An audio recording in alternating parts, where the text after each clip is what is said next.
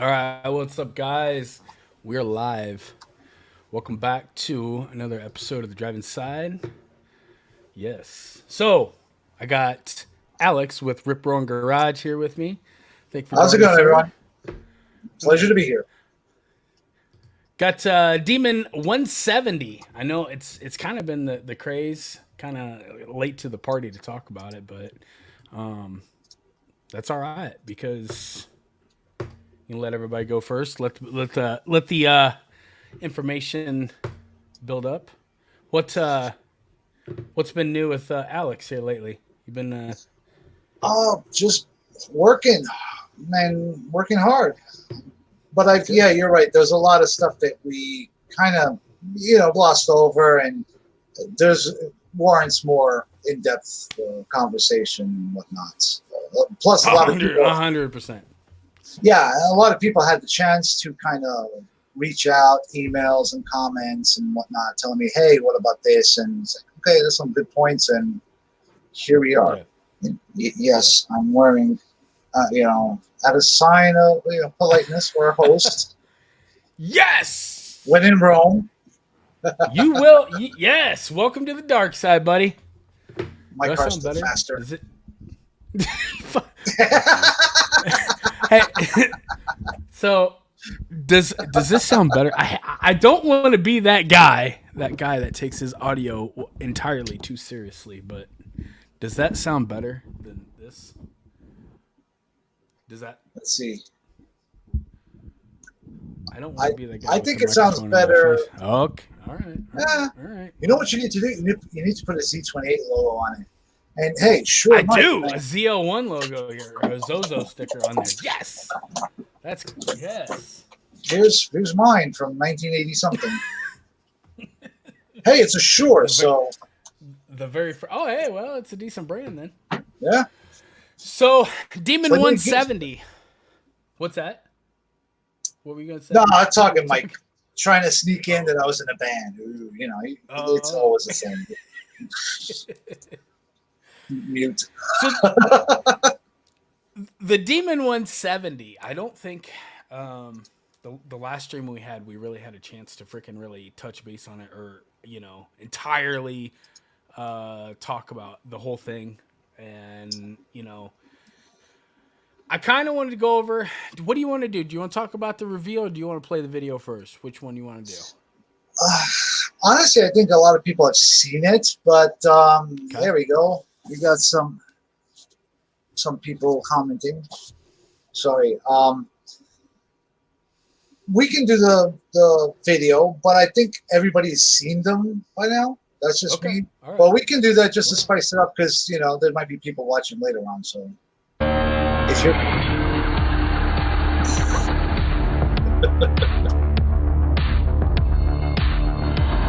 This car is very personal to us. Everyone was writing stories about how SRT was dead. SRT was gone.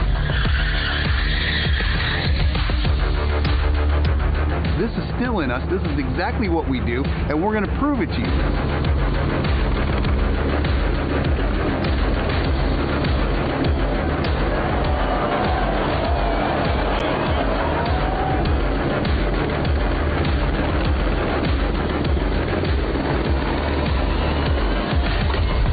There was no way we were going to go quiet on this and let this era end quietly. We wanted to go out with a bang. Yeah. There you go. Yeah. here's something that I found out only by watching other, from smaller channels, bigger channels. This was a fun day that Dodge just didn't really talk about. I mean, they started at 10 a.m. with drag racing, with autocross, riding inside of a car with professional drivers, a whole car show like a car Wait, meet. they Yeah, rode inside the 170. They not let. the 170s. They had like a bunch of scat packs, a bunch of Hellcats, and just going sideways around the track. But I'm like, damn, that's cool. I would have loved to do that. Like, it's not my car, not my tires. Hell yeah. Yeah, yeah, yeah. Give it hell. But I didn't. I yeah, had. I had no idea about that. Yeah, that was the marketing for the, what was it called? The Roadkill Nights. It was Okay. terrible.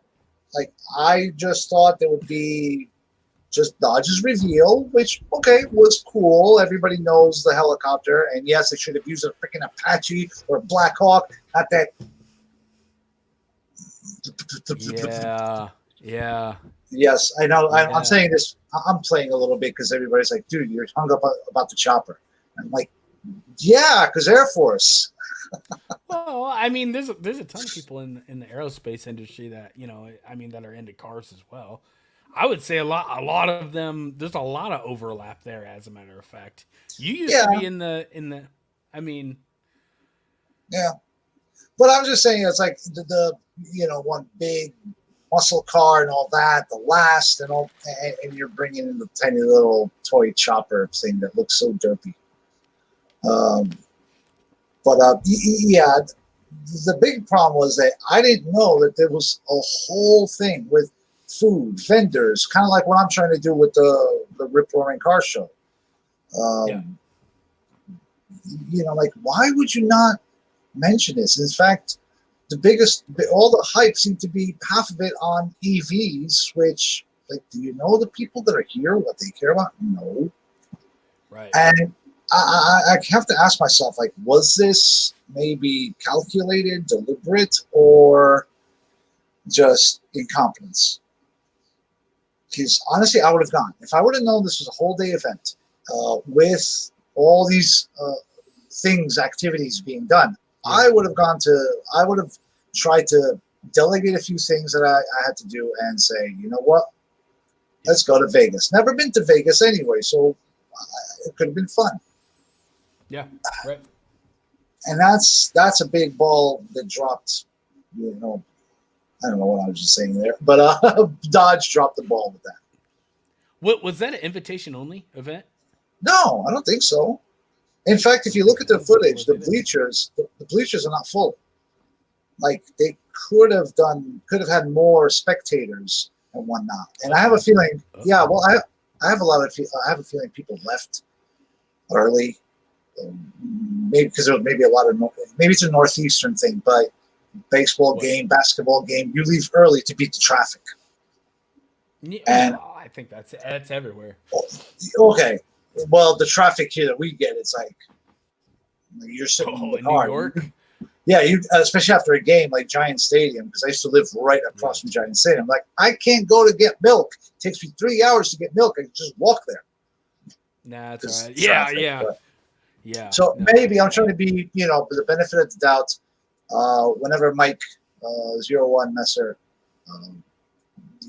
he actually was one of those types of guys that told me, "Hey, you're being a little too harsh," and I do want to get this out of the way. That yes, I was a little harsh.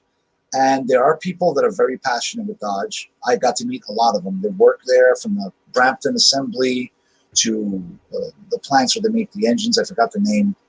To the 300 guys, right? Yeah. So me criticizing things was less a reflection on their work, and I want to say thank you, all you guys that have put that work in. Right?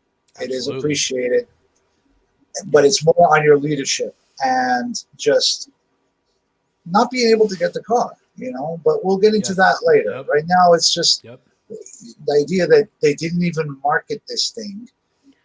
Like, why? I would have gone. I would have, and I'm pretty sure, that would have been like, what? You get to ride in these cars? Like, oh, hell yeah. Is there car shows that, people with their cars going down a drag strip, a prepped surface, like whatever? I would have taken my stick shift road trip.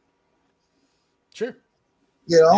So I think that was a big misstep for Dodge and a missed opportunity, but it caters to the wrong audience for the EV.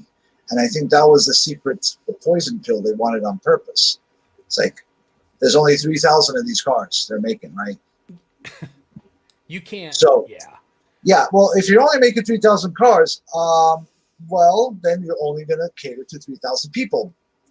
But the EV, they got high hopes of hundreds of thousands of vehicles sold. So, of course, they can't help but shove that in rather than catering to just the old school people that were there or would be. Yeah. What did they say? 3,000 for the U.S. and 300 for Canada? Yeah, that's basically going to mirror the production numbers for the original Demon, Damn. and that's I guess that's kind of a good way to even talk about how the Demon owners were, how they feel about it. Obviously, yeah, a lot of guys that I spoke to were really psyched about it initially. Well, I get to have the same VIN number, the same, matching with my Demon. That's awesome. Production number. Yeah, and they get the first dibs so they can go to their dealership and say, hey, I'm one of the original owners. I want my Demon. And they have to say yes. The problem with that is the markup, because a lot of Demon owners were pissed off when they found out that it's like, well, you see, you may have first dibs, but it's going to cost you. Yeah. Isn't that funny how that always works? Speaking of Canada, I just wanted to give a shout out to Corey at LSS Motorsports. He said says I'm here. We're just listening. Woohoo! There you go, up, buddy. I just want to say that. But I'm sorry, I didn't mean to interrupt you. As far as like mechanic manicure, get that going on. Life in the garage. That was my failed attempt at the T-shirts. Nobody bought into that, especially in this day and age. The man and a manicure that goes so left field than what I was going for. So, anyway, but yeah, there's a lot of Demon owners that just can't. It's out of their budget now, and we're not talking 100%. 100%. I'm not wealthy, but I'm not poor either. I make no. I don't try to hide that, because there's some people that try to wave $100 bills, and other people that wear ratty clothes trying to say, oh, I'm like you, I'm poor and struggling. Yeah, we're all struggling, but you're not poor. And that's what I kind of like, all right. But this thing, way out of my budget. I got better shot buying my dream car when I was 10, Testarossa. And those are the actual MSRP of the car feels like the sales tax for what they're wanting to charge for fucking markup. I'm serious, and it's you've got to be joking. Yeah, and the whole 96,666 because it's an evil number, because the number of the beast. That would be cool and funny and a nice little thing to tell people at a car show if that was a price you're going to pay. And not the stupid, because that stuff gets me really riled up and whatever. It's like, stop hyping this car as an affordable everyday, every Joe kind of car. No, it's not. And being a Demon owner, and then they tell you, we can reserve it for you and matching numbers. I mean, who wouldn't want that? That's so cool. And then, oh, by the way, we're going to charge you $200K, $300K. I think Dodge's attempt to try to control the markups was pretty lame. It was lame as hell. I mean, because I was watching Kevin Van Voris. I'm sorry if I butchered your name, dude. I'm not really in the Mopar community that much. I'm in and out. I don't even know him, so don't. Yeah, Kevin Von Voort. He's pretty much owned everything that has had that 6.2 supercharged motor in it, and he tried to buy the Demon 170, and they just they even priced him out of the category. Look at Demonology. The markup. Demonology. He was literally part of the reveal, right? He was out there talking with the host. I think it was after Jay Leno, before Kaniskas. Working it. And because obviously Demonology, he's the demon guy, right?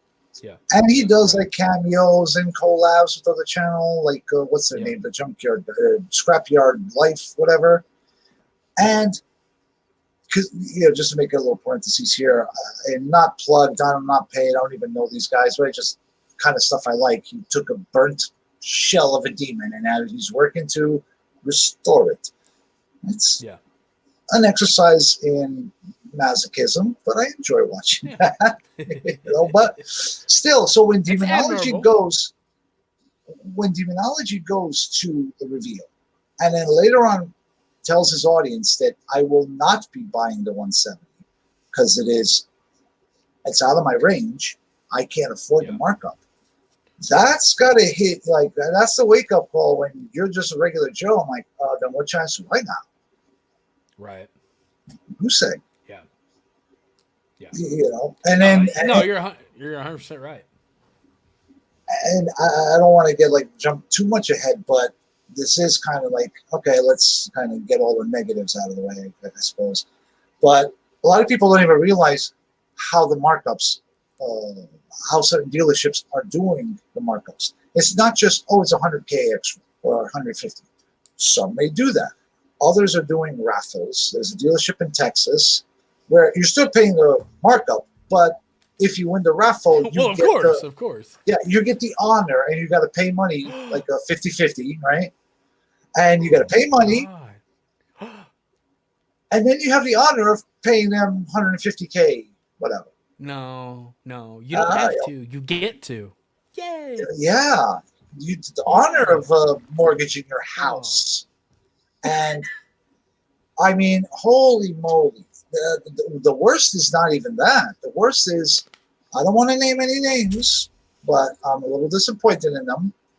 But they're doing 50,000, what do you call it? Deposit, non-refundable, Okay. and then silent auction. Let's see anybody in the comments if they know. Yeah, silent auction. Well, those you guys that don't know, like what's a silent auction? Is it where the guy doesn't do the, you know? Yeah. No. Take a little piece of paper, you write what you're willing to pay over MSRP, and you give it to them. And then they pick the highest number. These dealerships are dickheads. I mean, you know, it's like, imagine eBay. So I don't mean to cut you off, but it's like, imagine No, eBay, you're good. Yeah. where you don't get to see current price. So you want to buy that thing, and like, well, I'm not risking it. Here's $2,000 for a Beanie Baby. That's worth $20, you know, because you would see like, oh, he put 10, I'll put 20, or a car, you know, like IAA, right? You see the current bid. So if it stops at a certain point, it's your car. But this, no, you don't know that. You don't know what other people are bidding. So you gotta go big or go home. Fear mongering. Yeah, and that's it's disappointing because I always was under the presumption that dealers were doing the markup, anticipating kind of what the peak value of this car would ever hit, and then kind of charging you that up front. They were kind of scamming you out of the, you know what I'm saying? That's kind of like this is all out war. This is all out just empty your pocket. This is robbery, man. You know what I'm saying? Well, it could be a very subtle thing that they're doing, right? Doing, hey, Paul. Paul, he's in the comments. Good to see you. I'm wondering if this is maybe some kind of reverse psychology thing going on, where they'll say, "Oh, well, yeah, the Demon and the Hellcats and all this had all this markup, but the Banshee won't," and trying to hype that stupid thing. Yeah. Do you think that's why they also limited production? Well, probably. Well, limited production, Dodge kind of always had cars that were limited production. The difference between those and this, right, is that after the Demon, you had a super stock that came out, which I know they say, oh, it's not 800, it's 807 horsepower. No, it's 808. It's the same damn thing. It's the identical car, except no trans brake. Ooh. Right. But it doesn't have the serialized number on it and plaques and whatnot. No Demon kit. Great. But you can get it and you could build it yourself. Now you can't get anything. All the goodies under the hood, bye-bye. You can't get that anymore. So what are we supposed to do? Why, like, I get it, and I try to be, hold myself back, but why should I be anything but sour towards the Demon 1.7? Because it's like a taunt. Wow. Well, Yeah. first of all, if I do get one or whatever, I will not jinx it but as of now, I no orders. No, my name is not on any lists, and Listen. yeah. $800,000 is the most I've ever heard for the markup. That's the highest What? so far. 800K, bud. Sorry. I mean, honestly, my biggest concern right now is like I would love to go and just call these dealers out, but I don't want to get sued. They're scammers. They're scammers. That's all this is. Yeah, That's all this is. this The is going to price is affect. less than $100,000, and you're telling me you're going to charge me an additional 8 Demon 170s? I in know order to have this the is insane. That's ludicrous. Wow, 800. I mean, Yeah. there's a sucker born every day, right? And if you're a millionaire or you're like really loaded and you got cancer and it's your dying wish to own one of these cars, go right ahead. Yep. But again, there's, and I know we talked a little bit before the show. We talked about OC Motivator and all that, and Yep. one of his recent episodes, he's talking about the things. He's in real estate, I think, right? Yep. So he gets to see things from a unique perspective that I or you may not have, and that's like, what are people doing to get the Demon 170?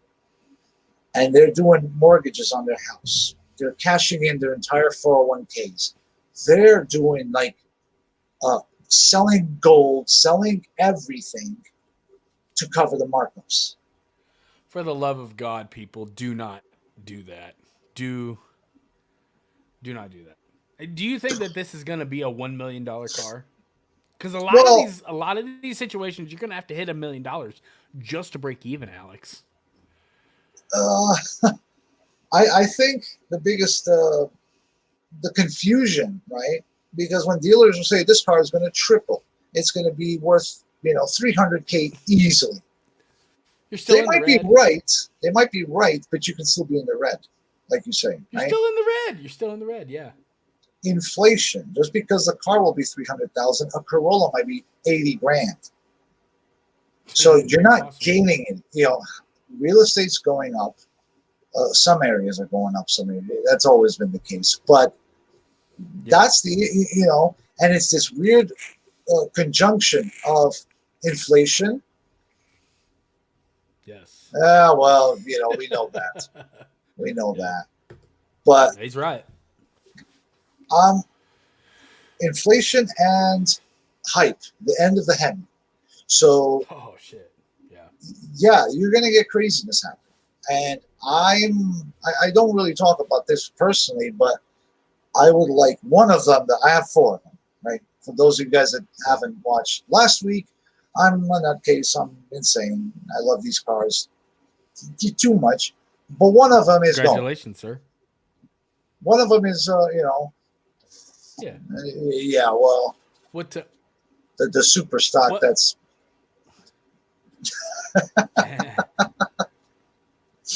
which one are you going to be dumping?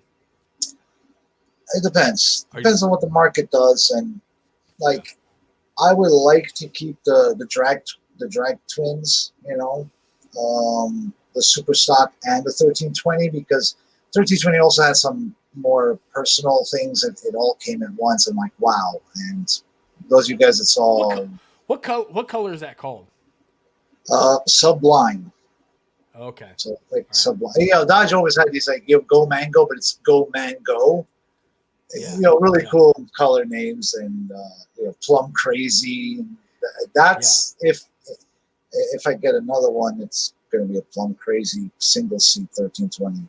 Because why not get a brand new car with 1 seat in it when everybody's talking about third row seatings and seats 12? Screw you! Yeah. I don't have enough seatbelts for you. Get out of my car. Yeah. No, seriously. In that I didn't mean to cut you off there, but that led me to the interesting part of what people thought they're not going to be able to duplicate the 8.90 quarter mile time. And what a lot of people that's good. That's Yeah. So What a lot of people don't understand is you have to have that good interior, one seat, the lightest car possible. well, I think the Demon that they were using had 2 seats, but the rear seat deletes. Did Right? it? Yeah, I think so. I don't think because the Hellcats only come with 2 seats, and that was the one thing I kind of like because you can get the fancy interior with Yeah. the full leather interior with just two Yeah, the seats. leather. My super stock Right. has that. On Right. the lower trims, the 640 Apache engine cars, right, the Scat Packs, Mhm. you can get rear seat delete on the 1320, but it actually it's not a delete; it's an option. So you start off basic with 1 seat, and then $1 option is the passenger seat, and then a $1 option Yep. the rear Rear seat, seat. and then you can go to the 1320 Plus. It gives you Alcantara, the stitched dashboard, and whatnot. Which I kind of like that dashboard. That's why I went with that versus just 1 seat because why not? But that's more for me, like my eccentricity of having a single seat car. Yeah. I don't know, but yes, it Not a affects lot me of people are too gonna do it. because well, that's what I'm thinking. Because I'll say this here, those guys watching now, you're going to get some real heavy advice. If you're looking to make money on these cars, you got to know which one to get, and everybody's going to be talking demon, demon, demon. But between the markups, there's not much for profit margin. So No, what do you they've do? taken it. And there's also 3,300 of them. That is an astronomically high number. When you look at Superstock, they made something like 119 for 23. That's it. There's your Can I say that? Can I say that? I yeah. don't want you to lose shot, but in 2022, ZL1 they made 2,200. Well, That was they one almost LE made and yeah. standard ZL1. So 3,300 is quite a big. It is You're right. it's a pretty big number. And then you go into a 1320 for 2023. There's 67 going to be made. Right. And this is How many of you? How I many? think How this is many a world premiere. Nobody has ever. No, seriously. I was able to Yeah. look into Dealer Connect, the website Dodge has. So on Dealer Connect, it is showing something like 37 1320 pluses and 30 regular 1320s. Okay. 67 cars. There's only one other Mopar that is rare, and that's the drag pack, the non-street legal, no VIN, no Yeah. mirrors car. So you want to talk about a collector car? That's the car you get, and that's Right. like I said, it is a safety net. I want to try to do everything I can to keep my cars because, I mean, common sense. If the cars go up to like $10 million because of X reason, some famous celebrity had one this color and I happen to be that, I can't afford to not sell it. But that's common sense. Who wouldn't, right? Sure. I could, Yeah, right. $10 million would pay off everything I did. Yeah, you know what I mean? But Yeah. there's people that will comment, and the naysayers like, "Oh, you're just doing this. You don't care about cars." I'm like, really? That's why I bought a base, bare bones stick shift car. I ain't going up in value. That's just for me. It's stick shift, I want the 10-year warranty. I don't care. I want to just minimize it. But Right. people will say these things, and that's fine. I don't care. But yeah, we have to talk about some of these things because we're not just competing against ourselves in terms of what car we get, what deal we get, but we're also looking at speculators.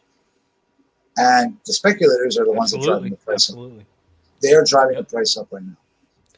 The speculators that are serious to buy. Well, yeah, you can tell who they are when they talk. When they talk about a car and they say, "Oh, this piece is going to go up and down." Piece? What do you mean piece? Like piece? I can't show it, but they talk about it like it's a piece of artwork. This piece, the next piece on our docket, and there are some exceptions. Like there's another guy like that. He says piece, but he's cool, and I think he says it sarcastically. But you know what I mean. They don't look at these cars like, no, don't put any mileage on it, don't, whatever. And like, That yeah, sucks. they're rising prices because they got the money, they got venture capital backing them, and Yeah. I was reading about Haggerty. There's one guy that has like 40 Vipers. Like, what are you doing? I mean, I don't mind if you love them, but Yeah. when they're just sitting there because the guy is selling them, collecting them, and he's talking about his whatever portfolio, I'm like, what? Yeah. I'm like, what did we Yeah. become? What happened to the rebel, like, Yeah. automotive culture in America was founded on, prohibition, running from the cops, being a rebel, not wearing, finance and whatever. Everyone knows a piece is a gun, bud.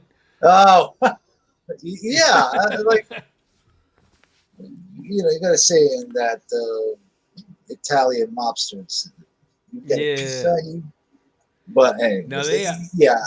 You can tell that the jargon of which people do or use, I'm sorry, in the language of which people use. I agree with you. It sucks to me because this isn't like a gold bar or gold bullion. You know what I'm saying? It's like oh my god. EST87, what's up, bud? He says imagine NASCAR. No, I don't want to. Actually, yeah, that would almost cleansing like the palate. Oh my god, EV NASCAR. Yeah, they're already trying to do it Formula One, as if because I stopped watching F1 a long time ago because it was just boring. Then they got the grid girls went bye, and now they want to do electric. Like, no. I don't care.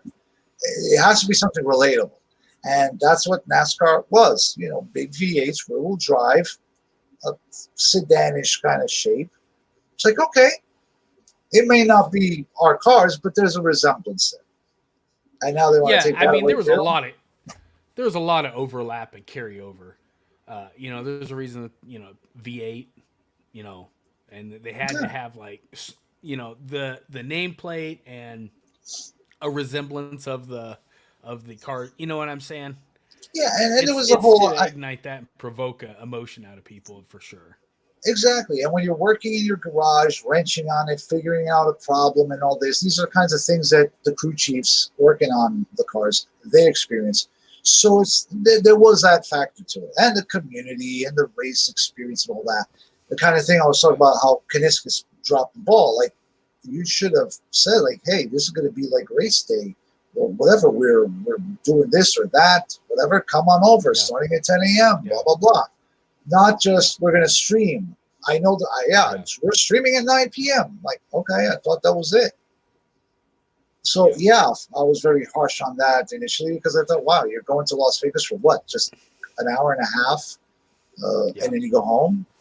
But no. I will give it to Chevrolet because when they did do the C8 unveiling, the day before they showed them doing the prep and the putting up, and they lined up all the events and they notified everybody and they really pushed and marketed, hyped up the event as a whole, the entirety, not just unveiling of a car and that's it.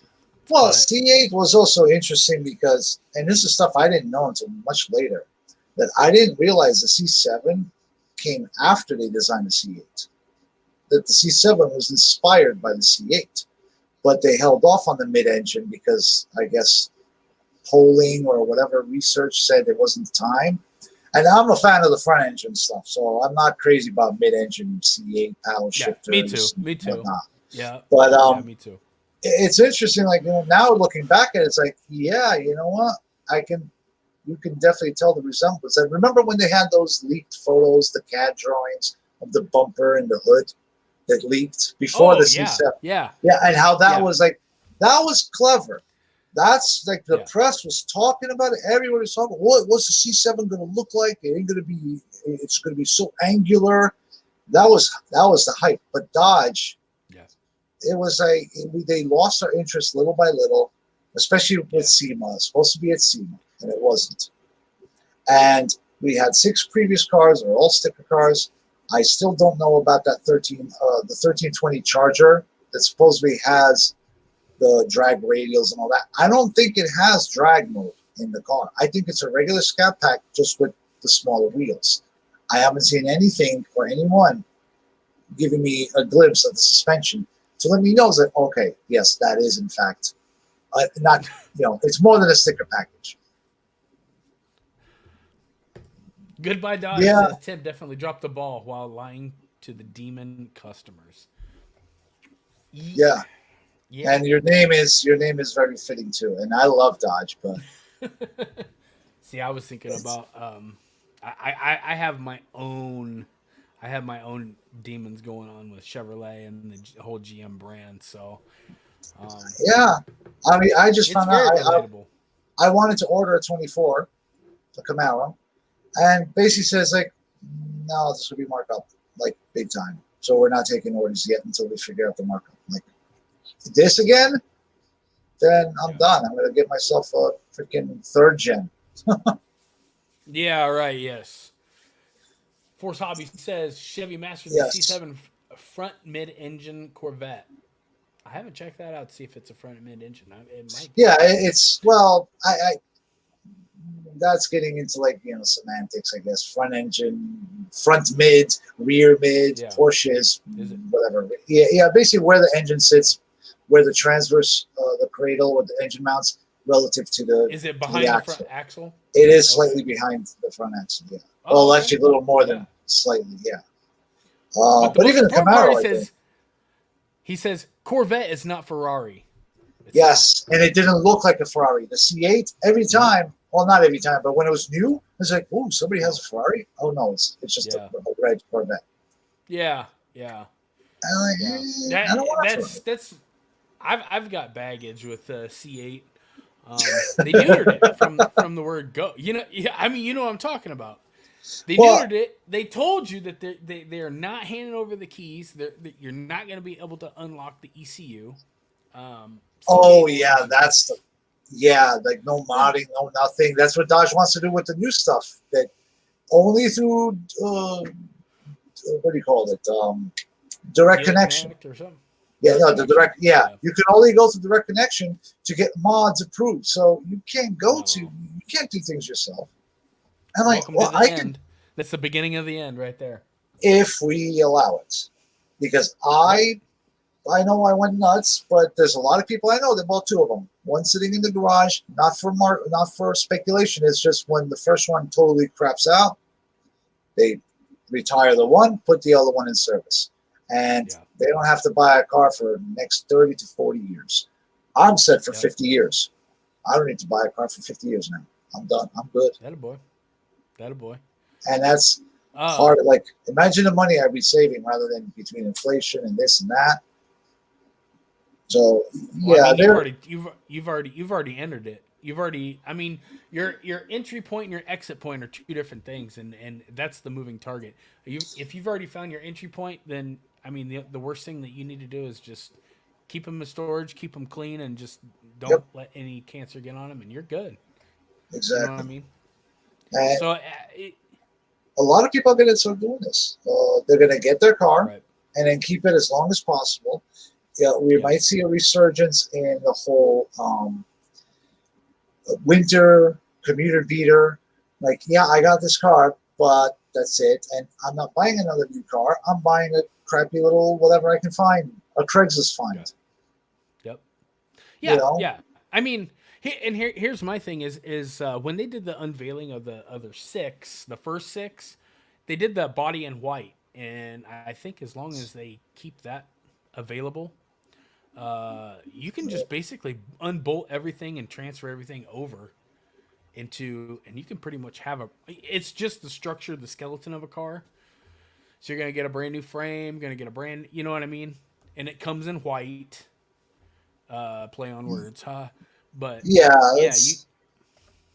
hey John, welcome to the stream here. Well, GM always has some weird packages and whatnot. At least in the modern era of GM, things that I necessarily. for Well, Dodge. The Challenger? oh, you're talking about the Challenger. Yeah, you can buy the whole body. Yeah, but can't you do that with Camaros? I think you can buy the whole shell. You probably can't. I know aftermarket. There's a couple of aftermarket companies that make skeleton, but I think it's a little bit more than what Dodge was. But yeah, It's like driving the bus. Yeah, there you go. Yeah. Oh, don't remind me.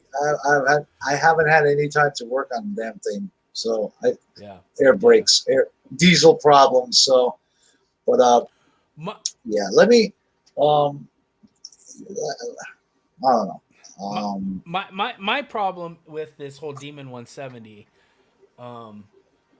is the whole calling it a demon. I don't know how to feel about that. Actually, that's the only name they could have.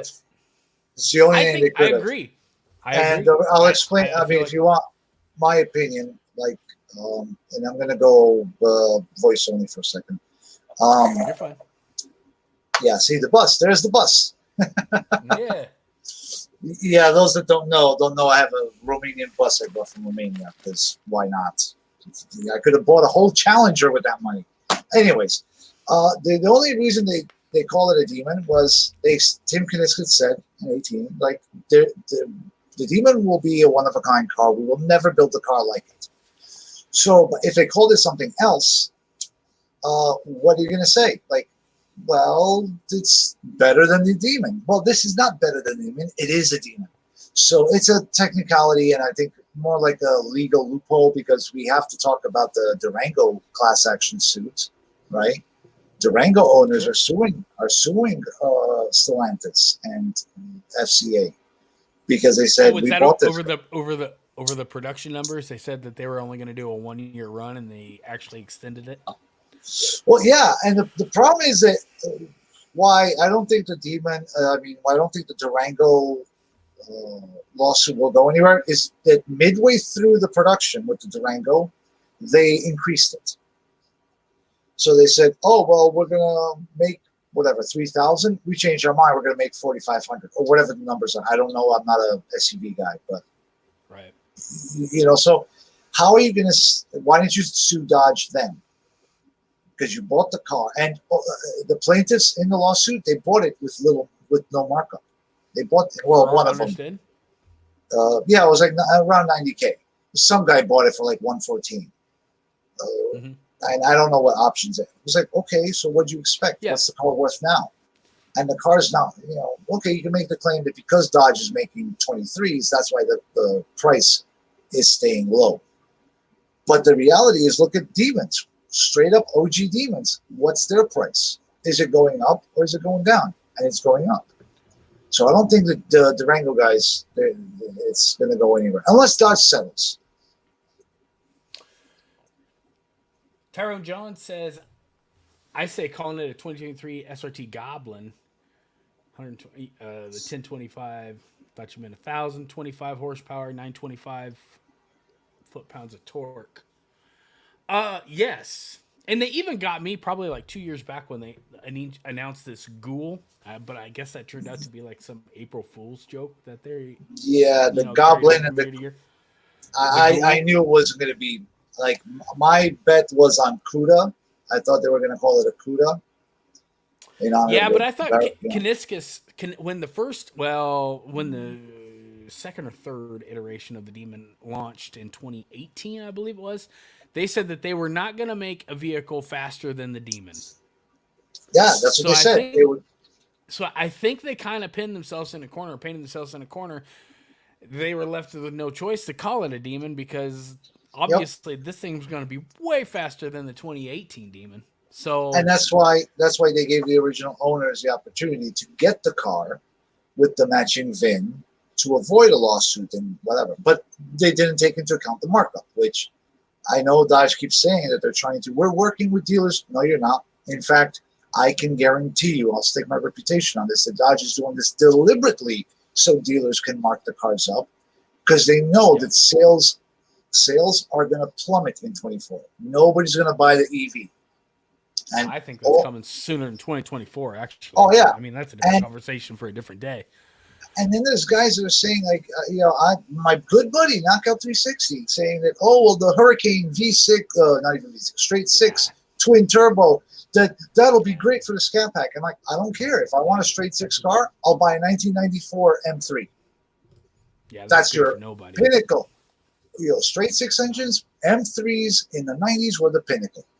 But I don't want a straight six. I want a V8. And a lot of buyers. 2JZ was a straight six. Yeah, but Yeah. I'm not that big into JDM stuff. Is that a JDM car or? Yeah, Toyota. But I mean, nothing is going to replace.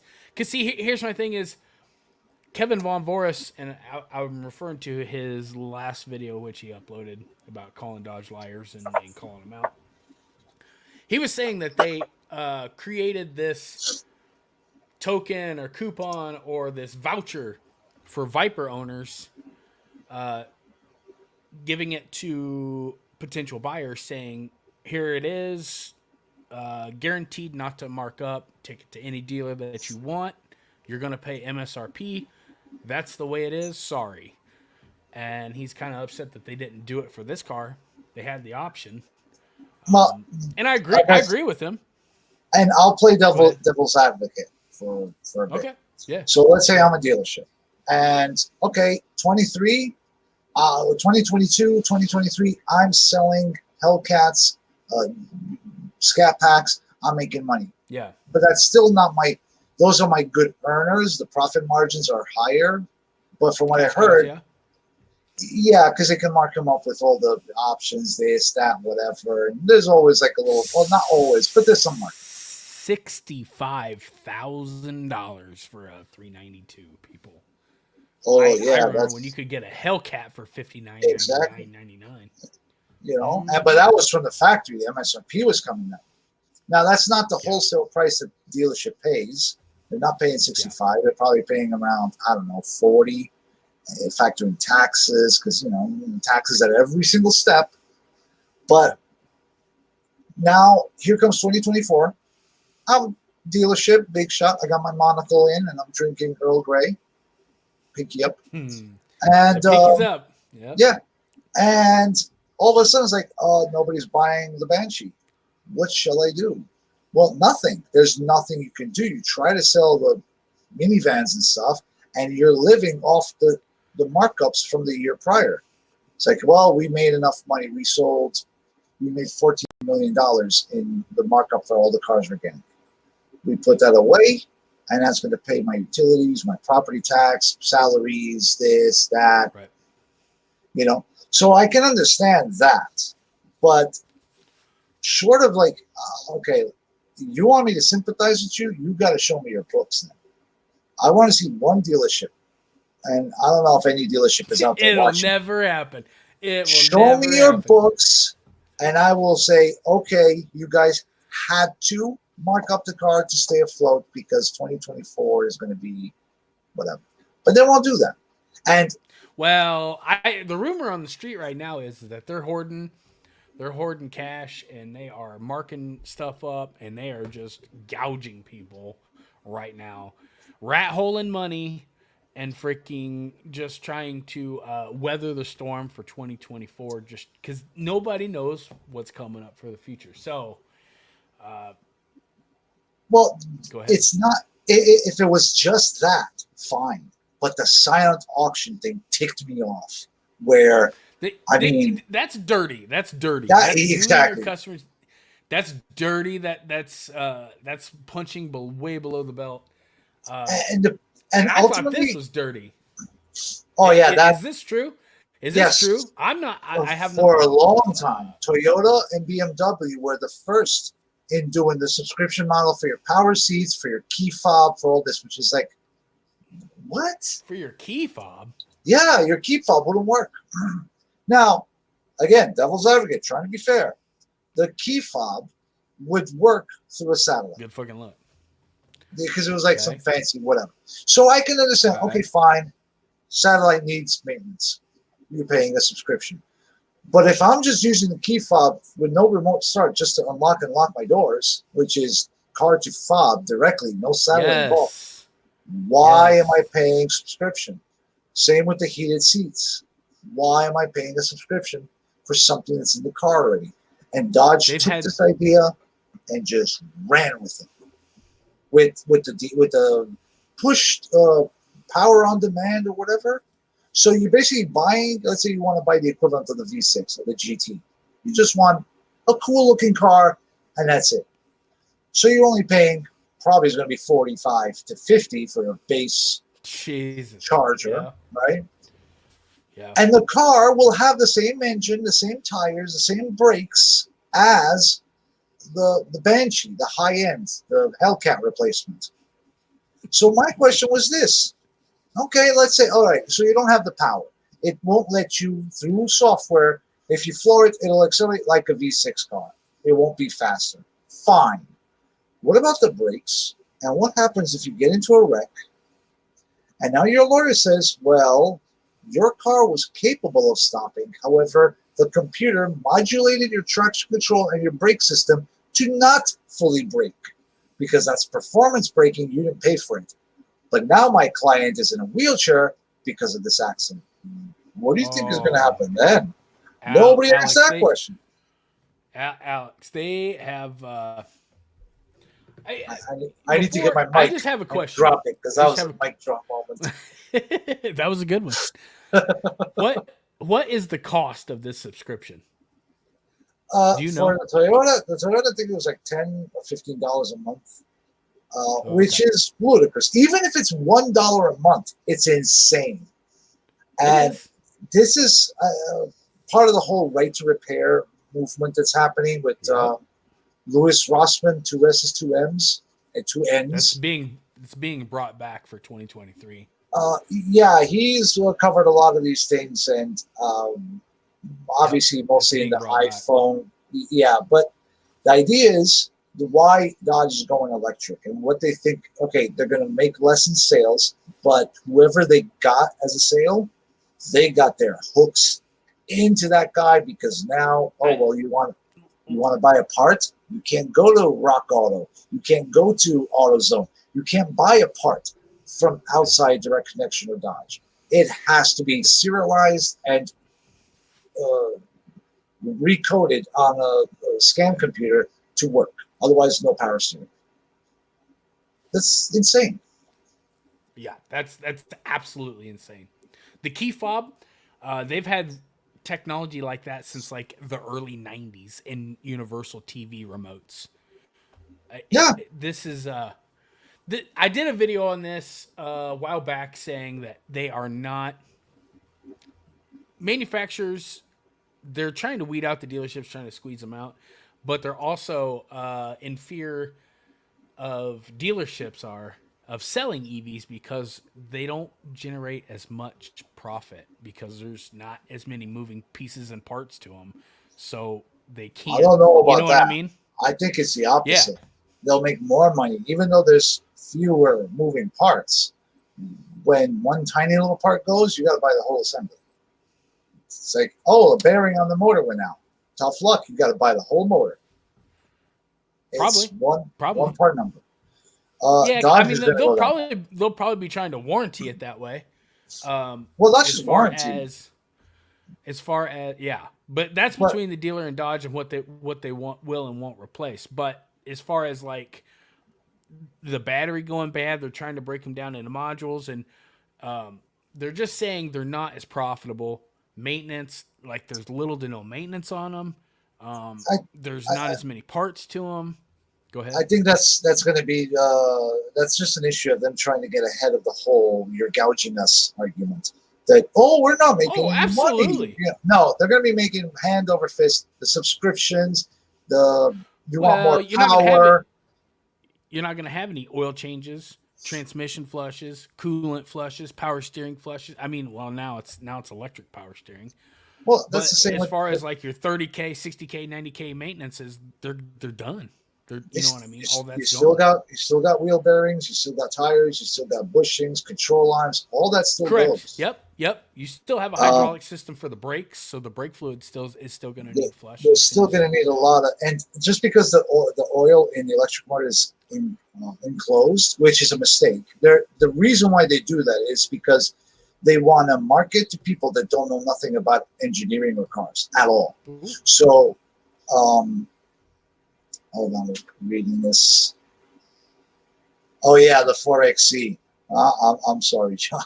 So, like, yeah, that's the for those of you guys that don't know, that's the hybrid Jeep. So it has assisted electric motors with the gas engine, and they have terrible problems. And in general, Jeep has so many problems right now that I would not recommend a Jeep of any kind. Just get yourself an old one and pray it doesn't have too much rust. Yep. And you don't have to anymore. do I go one way or the other, either all gas or all electric. I wouldn't even do and I'm anything. never going electric. Yeah, there you go, my brother. Yeah. Yeah, that's I don't know what they're thinking. I guess I've said this many times. I think it's politicians that are invested in the companies that make these batteries and motors in China, and oh my God, yes, they legislate to make themselves money. That's it. Yes, it doesn't make sense. Electric cars, they're as old as gas powered cars. They've been trying to make these EVs for 100 years, and they always fail. There was another big push in the 70s with EVs. In every aspect, in every way, the range is shorter.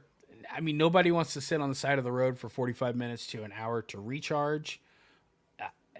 They're in any logical aspect, electric cars are worse in every way. Oh, just wait! Look at what Goodbye Dodge said. Miss a car payment or two on the Banshee, and the bank will be able to put it in limp mode. Oh no! It gets worse. Ford filed for a patent. Did you hear about that? God. Yeah. Ford filed for a patent for a system that if you missed a payment on your heap of a car, it would decide: do I go back to the dealership as a repo, or do I just drive myself to a junkyard for salvage, to be crushed? So you might have a glitch in your car payment, and next thing you know, you get a call. Yeah, you owe us this much money because we crushed your car into a cube with all your personal effects inside of it. That's the patent. Now, I think there was enough attention raised that they might not use it for now. Do you understand how fucking scary that is? Yeah. This is the world we're letting for convenience. It's convenient. It's you know what? Screw convenience. If I don't have total control over it, it's not mine. And that's the same argument I give the guys with the EVs. Are you driving? We're on my car. My Plaid is faster than your Hellcat. I was like, no, the Plaid is faster than my Hellcat. You are not driving the Plaid. You just tell it to drive, and it drives itself, more or less. Are you throttling your accelerator? No. Are you controlling steering? No. There's an algorithm after algorithm after algorithm. At least in our cars, even with the electric steering, it's still electromechanical. I am telling it exactly what to do. I'm giving it throttle input. And yes, there's traction control that does, come into place, but I control those versus them controlling what it thinks I want. Well, Force Hobby says EVs are not the future, guys. I've said it all along. I've said it's a dead technology before you even make the corner. It's dead. It's going back in time. Nobody wants to take a step back in every aspect and pay more money to do so. Nobody wants to. And that's exactly what you're doing with the EV. Exactly. Right now, he says right now it might be good for the money in politicians' pockets, but EVs aren't the futures by far. Correct. Hydrogen and other means of fuel source, synthetic fuels. Yes. Ford is now coming around the corner real hard with synthetic fuels. I don't think that's going to be the future either. I hope it is. First of all, hydrogen, everybody, well, not everybody, but there's a big group of people that are very hyped about hydrogen, because Tesla apparently had, there you go, John. That's the way. Stick with the V8. Can't go wrong with the V8. Oh, man. But I've worked in hydrogen when back my first time around in college, and my Okay. specialty was automotive engineering. So I was doing all the testing, all the cool stuff. We had cars in our classroom and that kind of stuff. And this is back in Romania. Long story. My thing at the time, I was obsessed with hydrogen. Oh, that's the future. Hydrogen. At the time, BMW just released the 7 Series with the V12, hydrogen powered, making 180 horsepower. What? Yeah. It was slow. It couldn't move out of its own way. And then I was like, okay, let me go and kind of talk to the chemistry professor. Like, hey, give me some numbers. Hydrogen versus gasoline, calorie-wise, per milliliter, or whatever. And yeah, he says like, no, hydrogen is not that calorically dense. That's why we use hydrocarbon fuels. They're more octane, you would call it.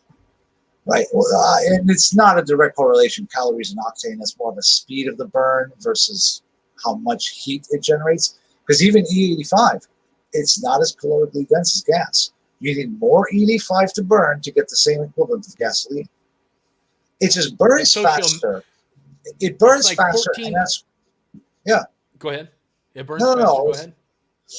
The stoichiometric ratio, the physical burn rate, I think is 11.3 parts to 1 of the E85 to air, as opposed to 14.68 to 1 on the gasoline. So you're absolutely right. and Or that's it how might you even be worse than that. It might even be worse than that. well, But it does take more. It does take more. I mean, for a performance application, obviously, it's like whatever. I get the most I can get out of it, and you can get more out of ethanol. But It's way more stable. using ethanol outside of the track is insane. It's like you're using 20 to 30% more fuel, and ethanol is more expensive than gasoline because you have to grow the corn, process the corn, ferment the corn, do the voodoo, and bubble, toil, and trouble to make E85, right? So there's a lot of labor involved. That's the same argument with hydrogen. Like it takes so much energy to make equivalent gallon of hydrogen that it's not worth it. Yeah. Yeah, I agree. I mean, to some aspect, I agree. I mean, there's. Well, I agree 100% with that. I agree 100% with that. And that's not just It's not all that though. Well, everything electric. Look at because you do stuff on. You have an what do you call it? Computer. iMac. There you go. What? I sound like a total Luddite. iComputer. Yeah. Anyways. Yeah. So, if you need to replace a component on that, what do you think Apple's going to tell you? Well, we don't sell that. You got to buy a new one. That's the response. They want me to That's it. Yep. They That's want me control. To ship it to them. It's like McLaren. They want me to ship the entire computer to them. They can fix it and then ship it back to me after they charge me. I used to be with the Samsungs, right? And granted, this is back in the era when Samsung was more like about privacy. I can take the battery out. I can do all that. And it's like, well, you can take the battery out of your phone? It's like, yeah. And it's 12 years old. But Samsung now, did you hear about that lawsuit where not a lawsuit, an injunction on ICE to prevent the importing of any OLED screens? Why? Because we can't tell if it infringes our patent or not. Well, then tough luck. Don't stop all these imports coming in for cheap repair parts. Okay, maybe it's not even OLED. Who cares? But you've got a cracked screen. You want to replace it. Samsung tells you go buy a new phone. That's messed up, and that's the control. Where go figure. Government and corporations mix. And I'm not one of those that's evil corporations. At the end of the day, it's just a piece of paper. Corporation is nothing more than just paper, right? It's a pass-through entity for a profit. But the people behind corporations and the people behind legislations are often the same people or their buddies. And we have a name for that kind of system. It's called fascism. Yep. Like when World War II bad man, I can't say his name, but he commissioned VW and Porsche to make the people's car. And voila, there you got the Beetle. Do you think Volkswagen wanted to make that car? Probably not. Everybody at the time wanted to make race cars. Mercedes was like, no, we want to make the silver Arrow. The first, what was it? I forgot, SL something or other. The Le Mans winning car. Yeah. Obviously, that happened afterwards. But if it would have been during World War II, they'd be like, no, you're not making that. You're making airplanes. And messed up is that we were doing the exact same thing in World War II. Ford, you got to make B-17s. GM, you got to make tanks. Everybody had to do their part. And it's like, when? We're getting into a whole different time. Like, when did America not cease to become America? Like, you want to pay me? Fine. If I want to volunteer my time, fine. But you come to me and force me? No, I'm not fine. And there's like I said, oh, it's safer, or it's this. These kinds of attitudes are like, I like that. They were talking about mining the moon for lithium, and he says, "How do you get to the moon?" Oh, he says, "Wind power. What a joke." Yeah, that's true. Yeah, even Elon Musk, Mr. Musk himself, said that. There's wind power is the most abundant energy in Washington D.C. There's so much hot wind coming out of their mouths and their asses. Agreed. Tap that. Yep. So if you can just harness a little bit of that, that almost replaced nuclear. You know what I mean? Yeah. I don't know, but this is not going to last, the whole EV thing, because there's only a limited amount of lithium. That alone. I believe that once we have a change in leadership, it will be.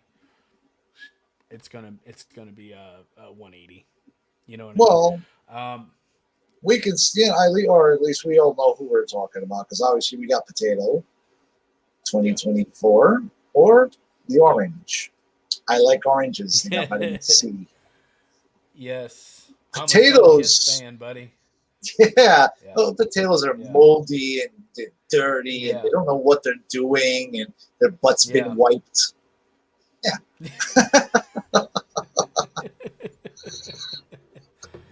Yeah, it's this whole thing is very much agenda driven. I knew it day one when we got the oil pipeline cut. I'm like, oh shit, here we go. Yeah, this is it right here. I didn't know what, but yeah, it didn't take very long, but it did. It reared its head, and now it seems to be a pretty big mess that it's gonna be a ride, man.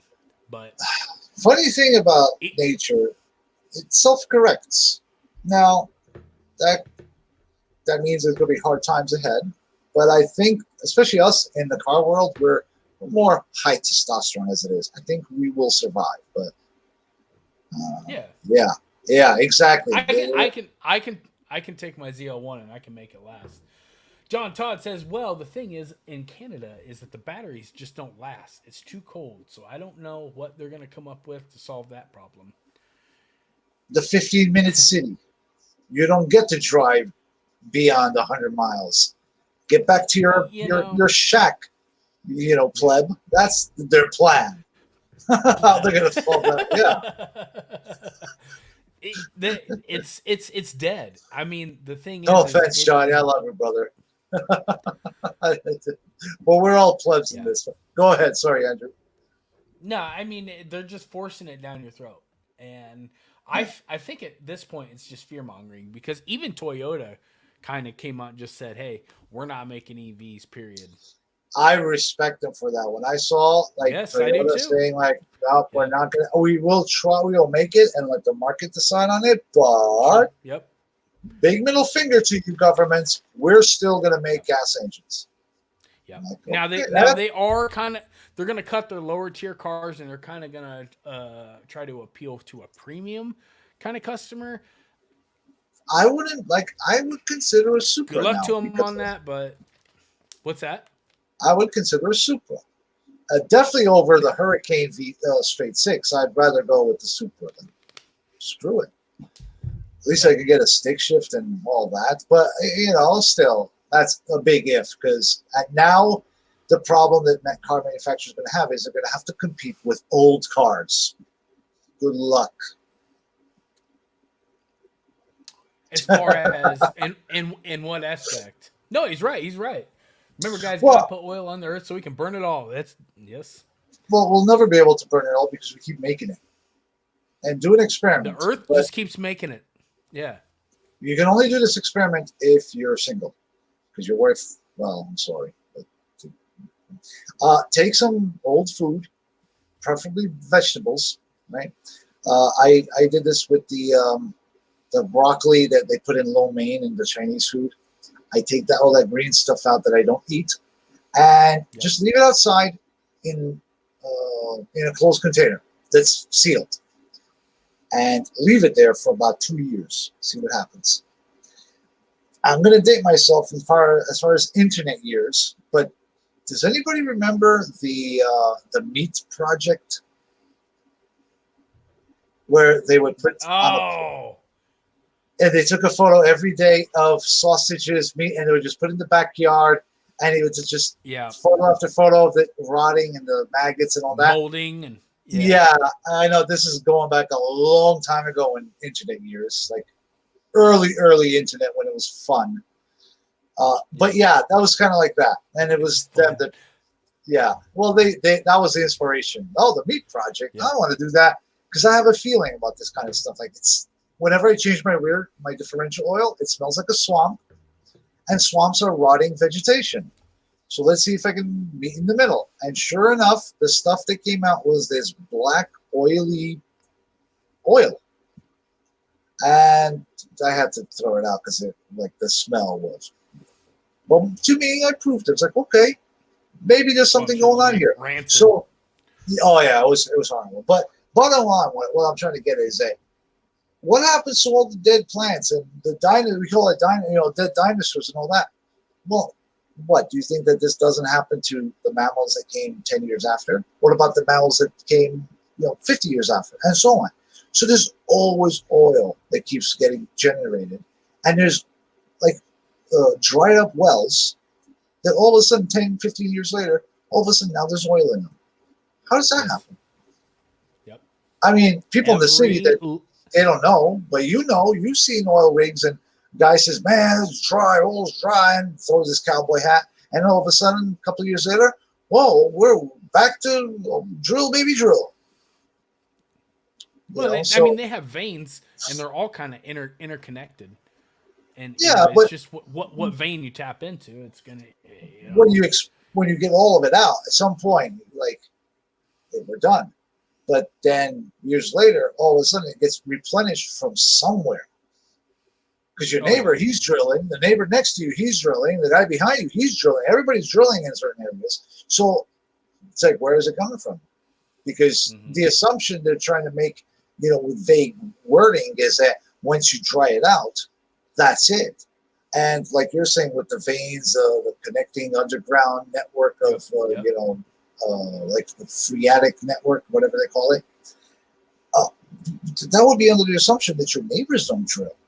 So you take something out and it takes time to replenish, but they're drilling too. So where is it coming from? Except it's being made and it's a renewable resource. Probably and sure, the pollution, we do want to limit the pollution that we're breathing because it's like we don't throw our trash on our front lawn. We like it neat and collected and whatever. But that doesn't mean that, from now on, no more garbage trucks because you're not supposed to generate any trash. Zero garbage footprint.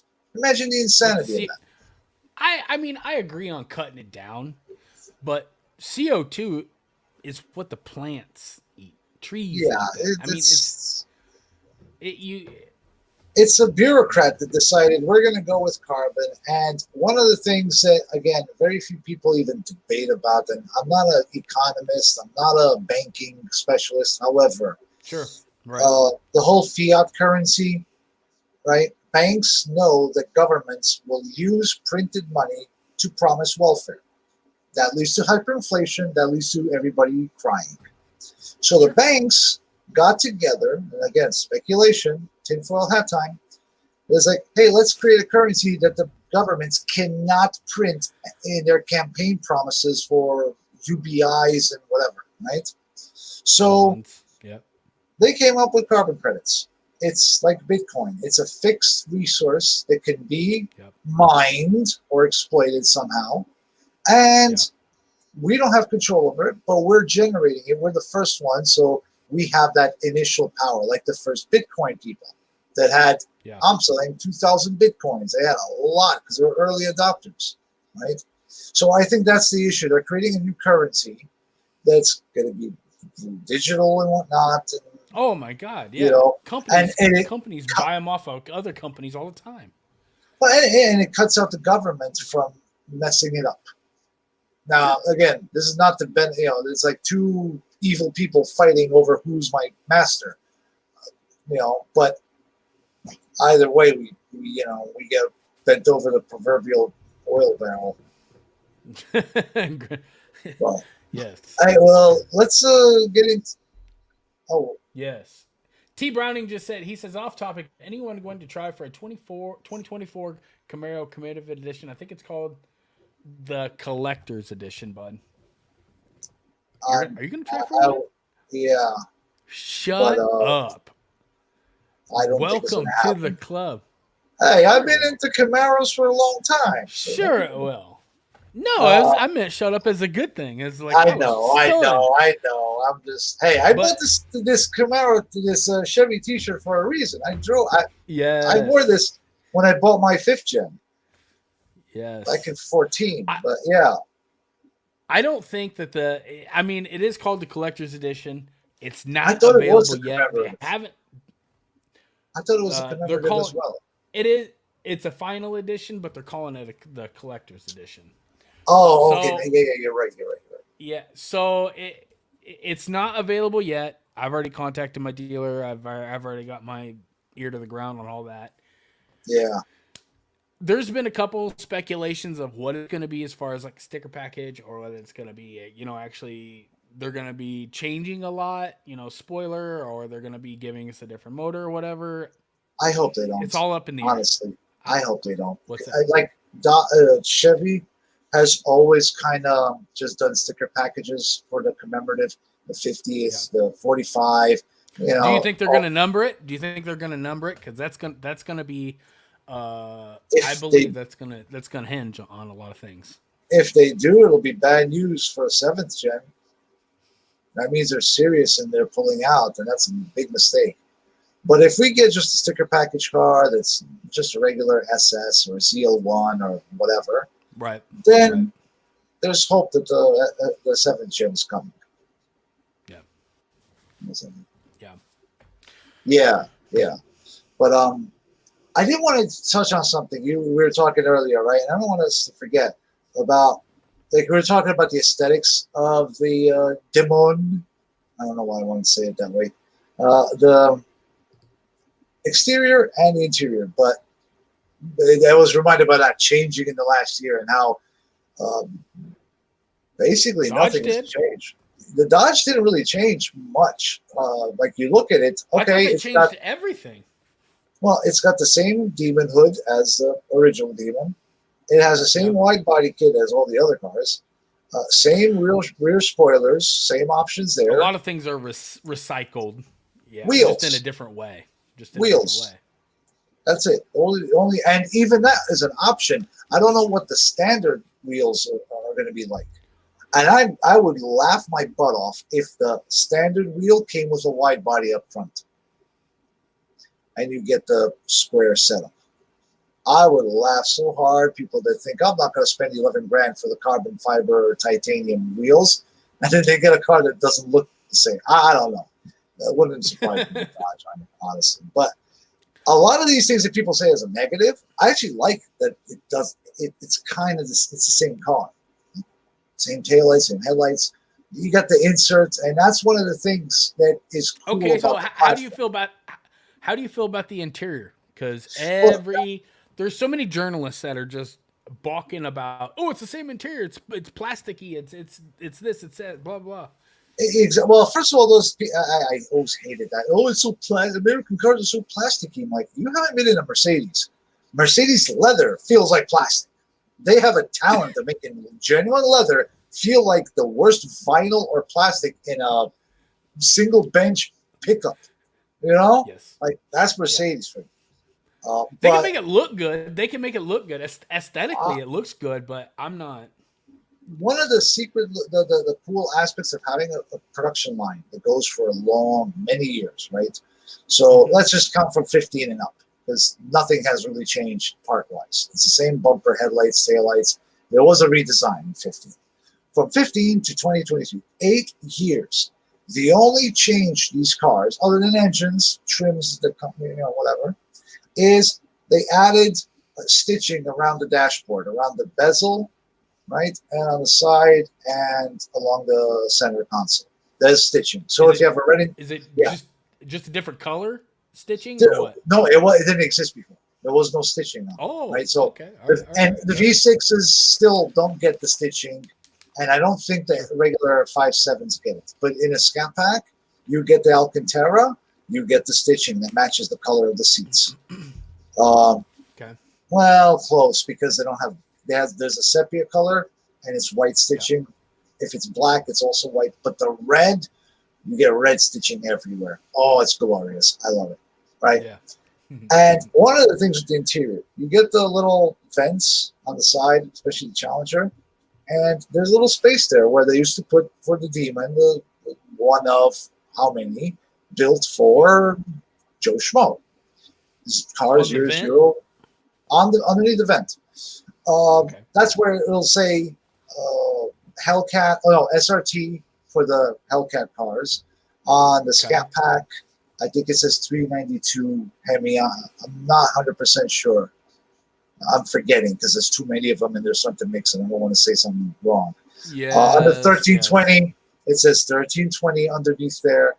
And this is the kind of stuff you can't do, or it doesn't have the same cool factor if every year the car changes. Because if it gets chalked up to a year change, whereas this gets chalked up to a trim change. So, and that's why I brought up the keys. I don't know if you can see them. So everybody knows, right? You get the okay. Red key and the black key that says SRT, right? No, is that to the same car? Yeah, those are for the super stock. Okay. You also have the regular key is just says Dodge on it, right?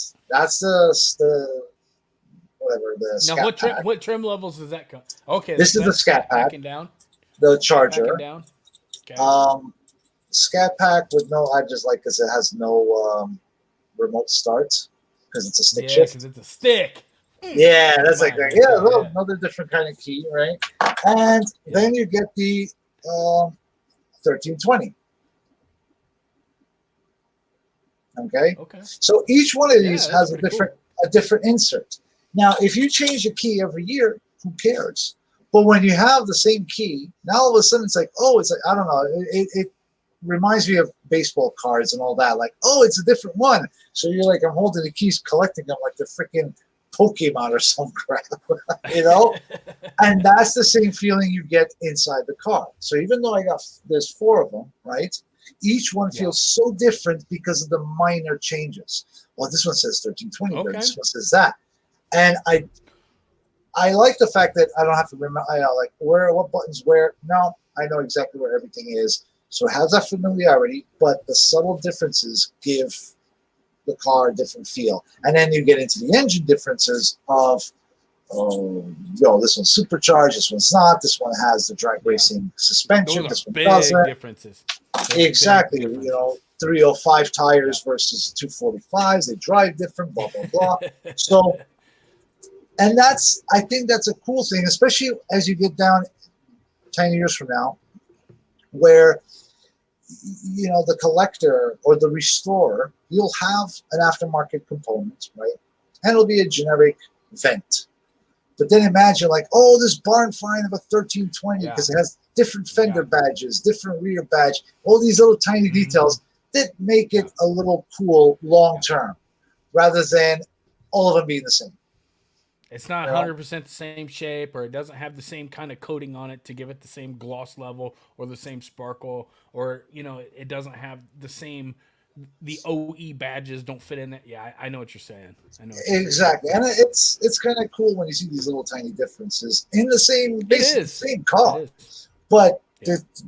I'm not, like I said, I'm not the only person. The car has that personality, that old school look that's so unmistakable, and I don't Yeah. think any of the retro cars did it better than the Challenger did. Yeah. The Camaro, people were saying the first one, oh, it's just like the '68. I was like, no, it's not. Uh, Especially with the fifth gen after the refresh in 14, that to me reminds me more of a third gen with the headlights and all. So it's not. It's I loved it. Don't get me wrong, but it wasn't very retro. It's just a modern looking The muscle rear car. quarter right behind the door with that Yeah, that that's was pretty much it. That was that pretty was, much it for to me. me that feels more modern. Like I used to joke, I used to put a dinner plate on the quarter panel of the fifth gen, right behind the window. It's so big Yeah. and flat. That was like Yeah. Lamborghini Countach kind of design proportions, and it was amazing. Yeah. I love that thing. Speaking You of know, Lamborghini, that when you were saying that you take something since pretty much 2015 and sell the same thing, just different iterations of it. That's worked for Lamborghini. That's worked quite well. Lamborghini's yeah, been very successful for it. I mean, the exactly. Huracan announced in 2014. You know what I mean? And it's Yeah, they're they made a still lot selling of. it. They're I still know. selling it. Yeah, they're There's coming up on like nothing wrong with 30 or that. 40,000 units. What? Nothing wrong with that. I mean, that No. just shows that people are making, earning enough money to get these cars without thinking of investment. They're just Yep. enjoying them. And that's awesome. That's why you see them on the road. That's why they're selling more of them. So Dodge, the mistake they're going to make is that no, the Demon, be like, oh yeah, I remember the Demon, the 2018 and blah, blah, blah, right? And it's like, no, I got the other one. Oh, that's right. They did make another Oh, the Demon. 170. The 170. That's going to be the reaction. You'll never see it at a car show, never see it at a car meet, never see it at a drag strip or any kind of event because it'll be, oh, I spent $500,000 on the car. I'm not going to just put miles on it like crazy. And that's the end of that car. That's It's what I'm talking about. That's what I'm talking about with the markup. Dealers predicting pretty much the peak value of this car and saying, oh, well, 100 grand will do it. Just give me 100 grand and you can have the car. But, that's why I asked you, do you think that this is going to be $1 million car? Because you're going to have to, you're going to have to bank on that just to break even. And then who's the sucker that's going to pay $1 million? You know what I mean? This is the start of dumb shit. There's too many of them. Being stupid on purpose. John is saying right there, he's got the SXT and the Scat Pack, so you can tell the difference between V6 and V8. And I don't know, maybe to me it seems like there's a much different feel to the quality of it because I had a V6 as well. I know, shame. But yeah. look, it was a good entry car for mom, and she loved it, and that's how she got. Because she wasn't like into cars that much, so it's a great entry level car. Unfortunately, there's nothing to go to next. Like, what are you going to do after? I got myself a V6. What do I do in 25, 26? When my lease is up? No more Scat Pack, no more Hemi, no more nothing. Speaking of no more, just 1 second here. T. Browning said, I talked to my salesman, and he said that orders open up June 15th for the collector's edition Camaro. Yeah, that's what I heard too. Information on it comes out June 2nd. So, thank you, sir, for bringing that up. That's what I heard, around June. So I'll know to keep them. We'll see, because I've always, I've been always like hit or miss with the special editions. I think the only one I really liked was the Pontiac. That's showing you how far back I'm going. The WS6, the yellow ones. Yeah. That was a good looking package. Well, and another misnomer that I've heard people talking about is that they're going to end production January 2024. That's incorrect. That's when they will start production for the collector's edition. So I predicted everybody was going to be like late spring, early summer. Turns out if it comes out June, be like midsummer. So I was close. whatever. But they're going to be taking orders for it. But I really want to know if it's going to be numbered or not. That's going to peak. That's piqued my If interest so far. if it is numbered, I think it's going to be the swan song for the Camaro. So that's why I'm hoping they wisen up, because then the market is all Fords, and it'll be Mustangs everywhere. And you know that they're going to come up with 15 editions to capitalize on us orphaned muscle car guys, right? It's like, well, what are we going to do? It's like, go to Mustangs, I guess. Yeah. Which, I mean, this one is cool. I'll give it, I like it a lot because, ironically, is the reason why a lot of Ford guys don't like the Mustang is the reason I like the Mustang, and probably why you like the Mustang, because it looks too much like a Camaro. And it kind of does. You look at the rear quarter panels. It's just Camaro-like. It is very Camaro, and I have nothing against. I would actually buy a GT500. It's just the markups are stupid on them. Yeah, and the thing is every single Ford I've ever had, it's not the main components like the which they're having problems with them now, but like the engine and the transmission and stuff like that always held together. It's just electrical problems or the interior leather starts peeling off the dash. Or it's just stupid little things, and it's like, God, damn it, this shouldn't be happening. You got the little trim pieces between the welds of the quarter panel and the roof. You know what I'm talking about, on top of the roof, right? And they have these little end caps at the end. Funny enough. On my 5th gen, I went through so many of those. It's ridiculous. Like, I kept going back, and because I had an incident where they repainted my roof, it was covered lifetime warranty. So I kept saying, no, you didn't do it right. Reality is that those things always fall apart, and then it starts flapping, and the whole thing comes out. Water gets in, and it starts rusting at the roof. And that's unfortunately how a lot of the GM cars were made. Like, really poor quality control at the end of the day.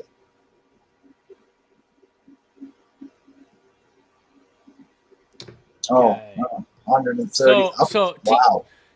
T Browning says his salesman says it's going to start in August and end in January.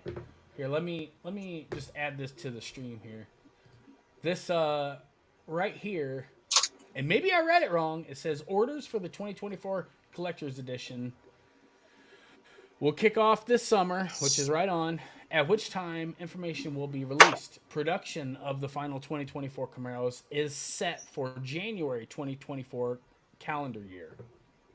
The production of them. So I'm assuming that they're starting in January of 2024. As a reminder, the 6th generation Camaro is produced by GM Lansing Plant, whichever. I mean, I made a video on that. But the way I'm reading this, how many are they making? GM Authority. I see. That's the thing is I don't want them to actually put a number on it. But because August to January, that's a long time. Sorry, go ahead. Yeah, that's a long time. So here's another speculation of what they're going to be saying is that they're thinking, because of the teaser picture, that it has the ZL1 1LE. Now, a lot of people have went back and deduced and went through the speculations and actually went through and measured. Yeah, we were talking about that last week. Yeah, and what everybody's coming to a consensus and agreement on, that the wing is the same as a ZL1 1LE. Now, that wing has been the Achilles heel. I don't know why. I think this is a flat out lie. I think General Motors is lying. You know what's going to happen? To your face about constraints on this wing. But I guess the rumor on the street is that they're going to be saving all those wings for the collector's editions. They're just going to be taking orders through that last quarter of 2023, pooling them up And then, yeah, right. You know what I'm talking about. You know where I'm going with this. And the carbon fiber dash. That's why Yep. it's so hard. They're saving them for the final edition. And here's the thing. It's not, I don't think it's going to be an SS. I think it's going to be a ZL1 only. I think it's going to be a multi-tier package, which I think it's going to go from the 4-cylinder, 6-cylinder, 8-cylinder, and the ZL1. So when was the last time you did that? Because last time the 45th you can get the one. anniversary. You can get a V6 and a 1LE. I think. Yeah, but I'm even the one. Not just. Go I'm not talking about the 1LE. I'm talking about the collector edition, the final. That. Last time, fourth. That's gen, only one trim. Last time they did any kind of edition. No. They did it on the 5th gen as well in 2014 plus 3 years, 17, because my lease was up and I was going to trade in and get a 45 edition. Right, it was that green with the side stripe. Okay. And it was an SS, a 2SS. And at the time, I was like, I wasn't really, all that great with money. And I'm like, I can't afford it. I'm sticking with my 5th gen, right? And also, it's a little narrower because they were bragging about shaving 200 pounds off the 6th gen, blah, blah, blah. And for me, being wider, I'm like, the alpha chassis. Yeah, I kind of like that a little more just for comfort, especially on not a super high income. So I kept that. Yep. But I remember that, and I was like thinking, it didn't come in a 1SS. It didn't come in any other trim, right? If you wanted the ZL1, tough luck, you're not getting the 45th. Fitty! Right? Yes. Was it 50? Dirt. Yes, at 14. Yeah, it is 50th. Never mind. 45th was the one. I thought the 50 edition was 2017. Mm-hmm. Yeah, because I bought mine in 14 plus 3 years. My lease was up, and I was up for 2017. Yeah, and that's, okay. Yeah, I'm 50th sorry, edition. I'm looking it up now. See what colors. Okay, yeah, it is. Oh no, it's not. Is it green or silver with the red stripe on the sign? Yeah. I have no idea. I thought you could get the 50 edition any color. It just had the little placard on the bottom. No, it was only one color. And it had the emblem on the fender. There was only one color with the red stripe down one side of the car and matte. Yeah. Going all the way to the trunk. That was the 50. And it did have the funky 50 logo on it and all that. Yeah. No. As far as I know, for the collector's edition, yeah, they're going to be obtaining and reserving and taking deposits and everything throughout the summer, and then the throughout the end of the year, and then they're going to start production in January, from what I hear. So that's good news because everybody is all up, in fear that we're going to we only got 9-10 months left with the Camaro. No, we have like another year and a half. So. And I mean, if they make a 2024, they could be taking delivery on 2024s into early 2025 too. So, just something to keep in mind. Let me ask this: go ahead, guys watching right now, type in the comments. Are you guys burnt out about hype and last edition, last calls, and all that? Fear mongering. Yeah, because I know personally, I'm kind of like when the Demon came out and I heard, silent bidding, I was like, thank you, bye-bye. I'm going to go home and take my pants off and just watch some videos. Like all this bullshit circling the drain is killing dealership profits. Everybody's getting exhausted from trying to keep up with the Joneses. Everything is going up in price. Groceries are almost 100% marked up from 2 years ago. But it's not just that. It spills into every aspect of life. So that minuscule raise that you get, it's not enough because everything else went up by a margin of 10-20%. Yeah, you got a nice raise, but power bill went up, water bill went up. Everything goes up. Exactly. Although I will say this. Go ahead. I do have. Well, no. Go ahead. Finish your thought. Finish. Well, they were just telling me that the average price of a GMC truck was ranging anywhere from $60,000 to $88,000. So you tell me after paying all those month to month livable expenses, I call it overhead because it never. Yeah. But after paying all that overhead, who has the budget and the willingness to spend that on a $1,600 to $2,000 a month car payment? Yeah, exactly. It's going to be very few people, right?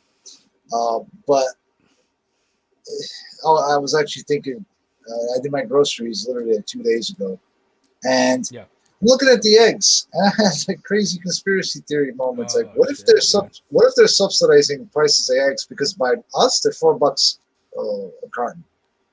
And I'm hearing like other people saying like, no, we have to pay $12 or like crazy price. And I'm not like questioning them. I know that a lot of people are paying stupid prices, but I'm wondering if they're doing this subsidizing prices in cities to create the this illusion that no, it's fine, everything's fine, it's fine. Like that meme with I'm okay with the events transpiring around me. It's fine. The house is burning. Yeah, that's great.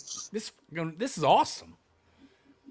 Tyrone Jones Exactly. says, I seen a 2023 Challenger 170 just to order the car. The dealer's asking 130 to 350 grand. It's a Lamborghini price. Shaking my head. It's fucking more than that. I mean, the thing is I heard of a dealership in Florida, $800,000, $800K. Then you got to pay for the Demon.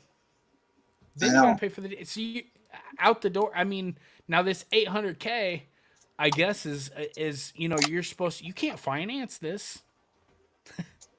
There's no financing for the markup. So that exactly. Most people assume, well, I make money, I can do this. That was my mistake before I bought the Orange Band Rad, the Super Stock, the Go Man Go. In what context? Well, initially I was looking at a white one, and markup was $40K. Now I never bought a car with markup before, so this is early on when the markups were just starting. So I'm trying to get this deal, wonderful. And they're saying, well, you need to put 40 grand down. I'm like, whoa, 40 grand down? What do you mean 40 grand down? I'm like, I never put 40 grand down on a car. It's not a house. And they were saying like, well, the bank is not going to finance it. I was talking to banks, and that's what you're saying. For your super stock? For your super stock? Eventually with my super stock, I got it with no markup, right? And the other one was a very low option car, but the markup was like, it was $80,000 plus 40. It was 120 with that markup, and I could not finance it because they go by the VIN. The bank, they don't know, they don't care. It's like, well. We don't want to lose our money. Yeah, well, they're all like that. The reality is, and there's so many like special editions, that are just nothing. Like if there's a special edition Hyundai, whatever, that these things are like. Well, Honda did it. Yeah. Anything called special edition is a pretty much back in the day, it was a DX with like AC or power steering or keyless entry. Well, at least that's something. So it was just like a step and a half above the base model was all it was. Speaking of special editions, there was this Ford ad, and I think we should do bring this up. Maybe not now, but I'll just bring it up briefly. So they call it the Man's Edition Ford Explorer. And it has no heater, no wipers, no turn signals, no whatever, blah, blah, blah. Because they're saying that, these are all inventions made by women, which somebody else did a video about this, like debunking each one. No, for women. Yeah. But I thought, it's like, forget about the jokes and all the fact checking that this is all PR and Women's History Month BS and all that. It's like, hey, Ford, could you make that car? I kind of want a car with no electronics in it and no wipers, no nothing, just me, seat, and engine. Can we make that happen? That was my first response. Like, give me a Challenger without the navigation. I don't care. I don't even want the screen in the middle. No screen. Yes. Put a big hole in there so I can put my wallet or something. You know, like I'm cool with roll down windows. exactly. I was just crank windows, and that's it. That was exactly why I loved. That was exactly why I loved my 1SS 1LE. I got everything that I wanted. The fat ass tires. I got the ELSD, the mag ride. I got stick shift with the big V8, and I got the Alpha chassis. Other than that, I don't care about the radio. I don't care about navigation. I don't care about ambient lighting. I don't care about heated seats. I don't care about any of that shit. I don't. Exactly. And you could have knocked like 10 to 12 grand off the MSRP. All I wanted was the supercharger in my ZL1. That's all I wanted. We forget in 2014, 10 years ago, 9 years ago, when I tell people what I paid for my Camaro, brand new, $19,400. Have a good night, John. Take care, John. Thanks. Yeah. All thicker than blood. What? Well, I just want to plug myself real quick. Rip Roaring Garage. Check me out. Yep. I'm the Mopar guy, but I also like Camaros too. So there may be a. But what I was saying is $19,400 for a brand new Camaro. Malibus were more money than that. I mean, and that was like, why? I needed a daily driver. Why would I buy a stupid Malibu when I can get the Camaro? And I got it red rock metallic and bare bones, nothing. I didn't get anything on it except my shame, the automatic. Although I will say the V6 stick felt like driving a Ford Ranger. I didn't like it. Oh, really? Oh, yeah. The SS, beautiful. The Hurst short throw, amazing car. The transmission can make all the difference. Oh, yeah. But it was also, I had problems with my leg, commuter car, traffic. I said, screw it. Just get the automatic. And it was $19,400.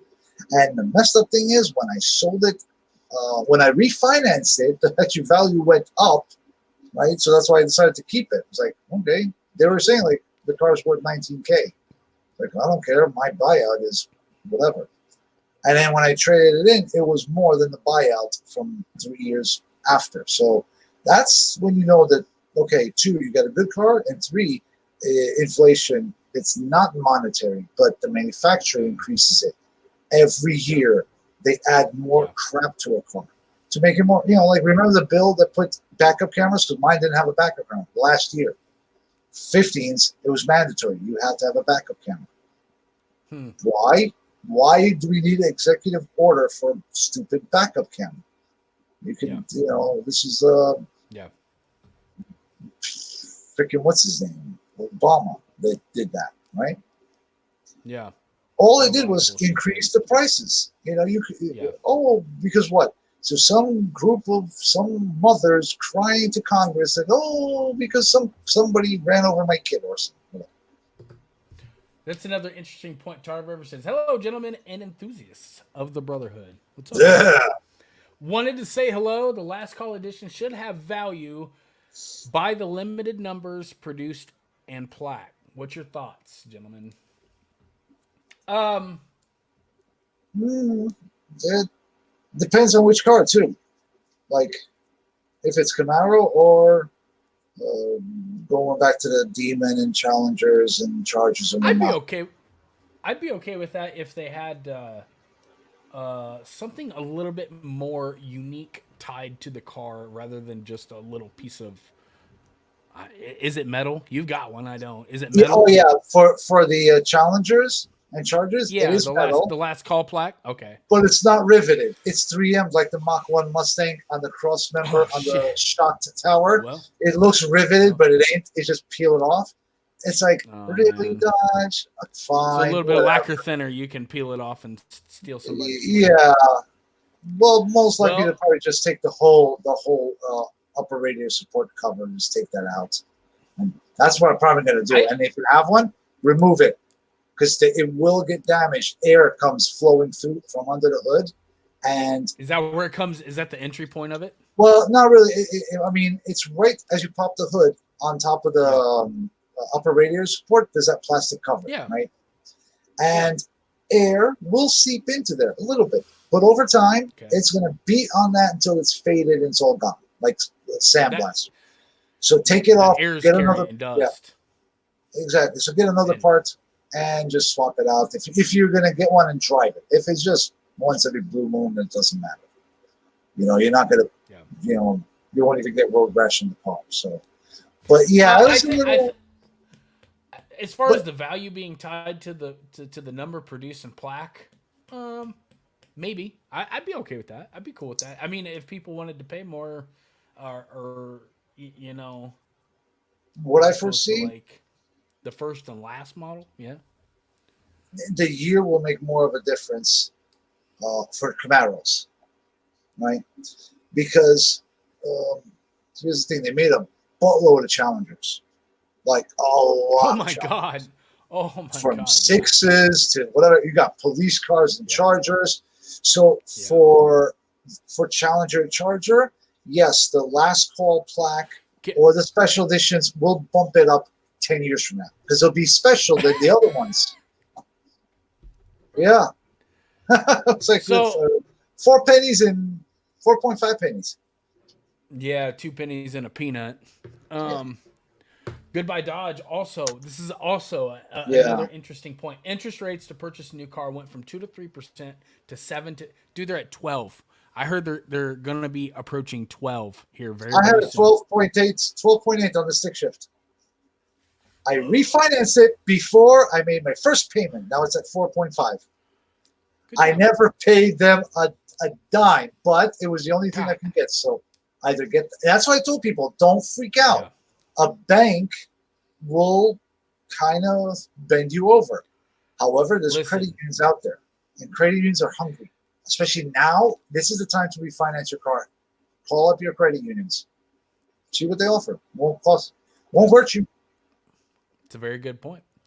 I might have to do that myself. And that's what I tell people. Even if you get a 19.99% interest rate, if you pay additional every month, you can buy your interest rate down. You can turn that 20% down to a 5% on your own while still paying the 20%. It's what's that? What do you mean by that? I didn't understand why your interest rate. If you're taking a 72-month loan and they're banking on you paying throughout the entire duration of 20%, let's just say for easy math, and you're paying $5,000 a month and you pay it off in a year or whatever, you just bought, you're not cumulatively speaking, you're not paying that total interest rate of what they thought you were over the whole maturity of the loan. Absolutely. Yeah. You're buying your own interest rate and you're only paying them 12 months worth of that 19%. I wouldn't do that right now. And because we're in an inflationary economy. So during inflation, loans are great to have because in the 7 to 8 year, loan you have, right? You're going to get a raise, most likely, right? So your raise goes up, but the term stays. If you're paying it all up front, right, you're putting that burden on you before you get a chance to get those raises. And these are not raises of performance. I'm not talking about that. Right? I'm talking about just inflation is making everything more expensive. So if I have cost of living, everything's going to go up, right? So if you put something on eBay or Craigslist, I got like some widget I want to sell. I don't know, here, this part, right? This holds a carpet to a Grand Marquis, Crown Vic, and whatever, all right? Yep. And because of inflation, I'm charging $200. That's what, But my car payment is still the same, even though we're in this kind of economy. And my services, if I say I provide, I don't know, mobile mechanic repair, and they want to tune up on a, 1970 Challenger, it's like, okay, it's going to cost you $1,200. Not $400 it was last year. And every year prices are going up because it costs me. I need to buy this carburetor repair kit. It's not $20 anymore. It's $80 or $150 because of inflation. But during this, your payment stays the same. So that's why all these billionaires are buying up land because it's a contract that stays fixed. It can't not like a credit card where it's variable APR. So that's how you can hold off things. You have an asset that in certain cases goes up with cars. Not many. Most cars won't, but at least 10 years down the road, it's like, wow, that could be so cheap. Like we're talking about my Camaro, 19.4, right, as being super cheap. Although at the time, I was like, man, that's a lot of money. And I'm like, oh, am I, should I be buying a new car? Kind of questions, right? Right. Yet, that's how inflation ends up working. You think of the same amount just a couple of years later as being chump change. That's what I was talking about earlier Yeah. with the groceries goes up X amount, the heat bill, the water bill, the phone bill, the light bill, all this stuff. Sorry, my microphone goes up, and sooner or later you're looking back and it's like, oh, well, that raise actually kind of set me back. You know what I mean? Exactly, and that's the problem. It's not enough. Yeah, and I lived through this. Like I said, my parents sent me to Romania when I was like 10 years old, so I caught hyperinflation. I saw this. Yep. I lived. So when I say certain things, I'm not just, some guy, Bubba on the internet. He doesn't know what the hell he's talking about. I lived through this crap where a bus ticket was let's call it $1 to make it easier to understand, right? The currency was there. It cost $1, 1990. By 1998, it was 30,000. From 1 to 30,000. Now imagine a gallon of gas costing $30,000. See, and that's exactly why the Fed is stepping in and raising interest rates. They have to. Yeah. Yes. They have to kind of. I don't. What's that? I'm sorry. Go ahead. No. Yeah, I stepped on you. But I mean, no. I was saying no. You're fine. That's what I was saying. The Fed has to step in to raise the interest rate to encourage banks to not give loans out and tighten back and force people to say no. You got to make do with what you got because you can't. We're not giving you the loan. So it's a good thing. Otherwise, it flies out of control. Just like Alex was just saying. Yeah, $30,000 for a bus ticket. I think we're going to get there. There's no other way at this point. So that's why I'm saying, like, hard assets where you control the price, you're the starting point. Yeah. Like if I sell a used car, right, collector car or not, I control the price. Now, of course, the market will, if it won't sell, it adjusts. But there will be I just got a job with the new salaries, with the new inflation. So for me, sure, that sounds like a deal. And that's what settles the price. It won't be as high as actual inflation, just like your salary going up. It won't go up as at the same rate. So, yes, credit union is the way to go. I got my 23. Good job, bud. 3% interest rate. Nice. Yes, I've always went with credit unions. So I always believe that credit unions are the way to go. And it works nothing more than a membership. Everybody has to pay a membership fee to be a member of this credit union, and it doesn't work traditionally like a traditional bank does. So it's not a bank.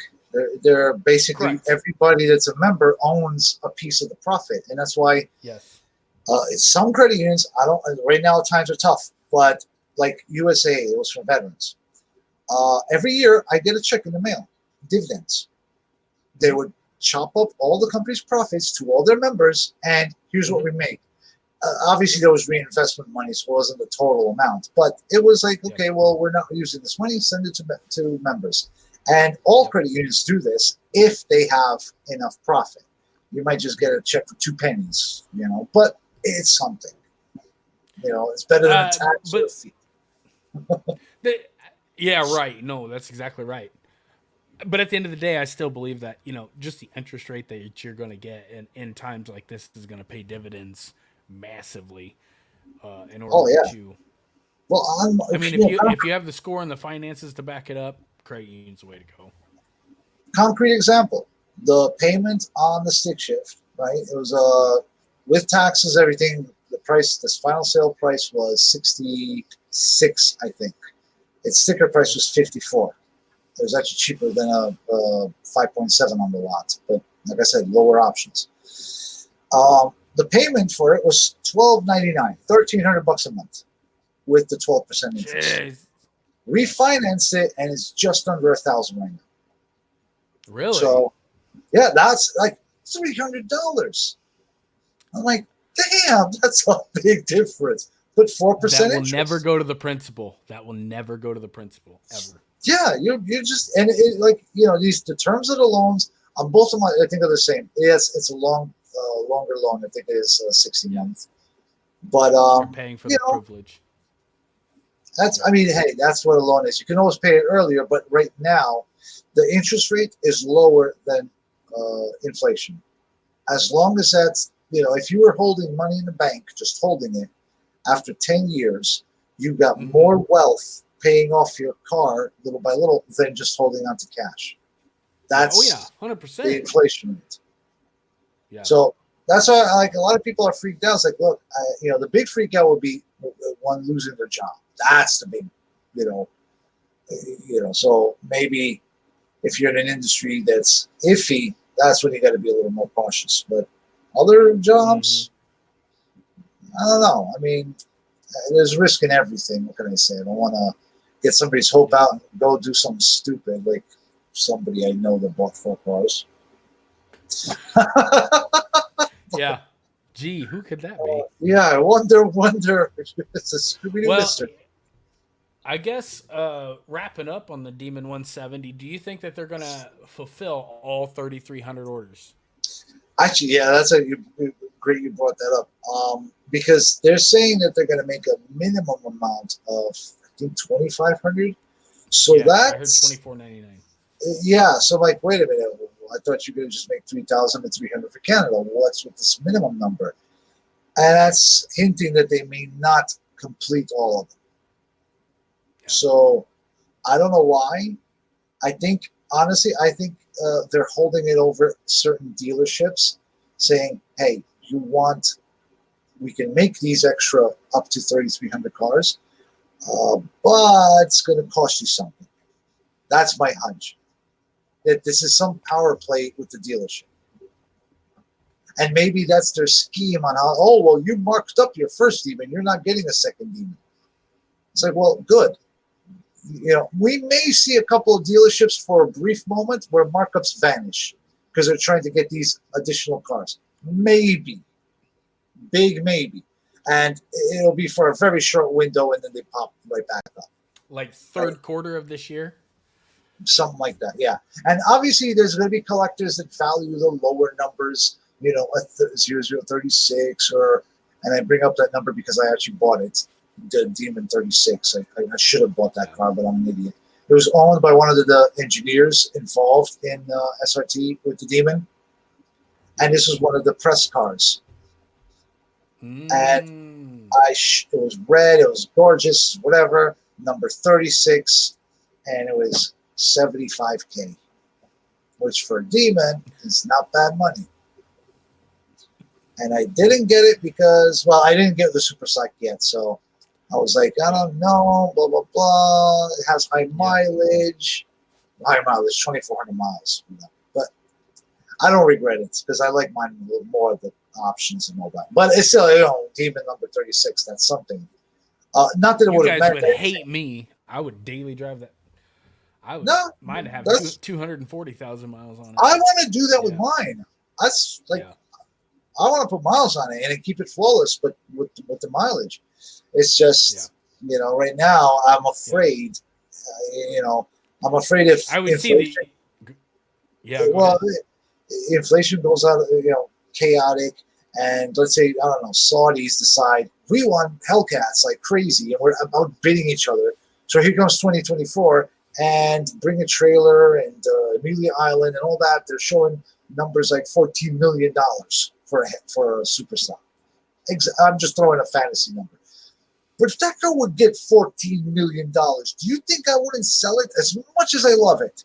Hell yeah, I have no choice. I'm not that rich to drive a $14 million car. Yeah. And that's why, I bring it back, kind of like the circle back that we finally reached, unlike other circle backers.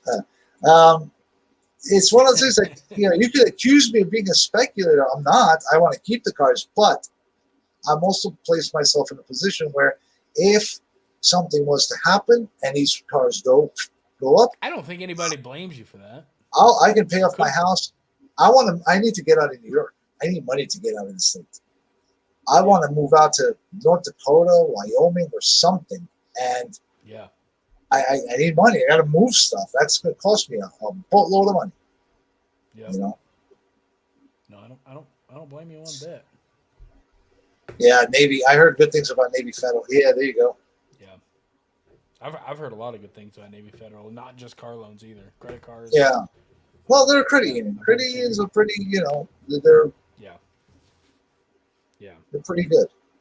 And that's the way to go. It's, No, I just my speculation, I don't think that this car is going to be any more than a $200,000 car. Pretty much you got a glimpse into the future of what the first Demon went up to. I mean, if you could keep, the 10 miles or whatever. Rendelay Collins says I'm 23 with a 740. What APR do you think I'll get? oh, Okay, that's between them two.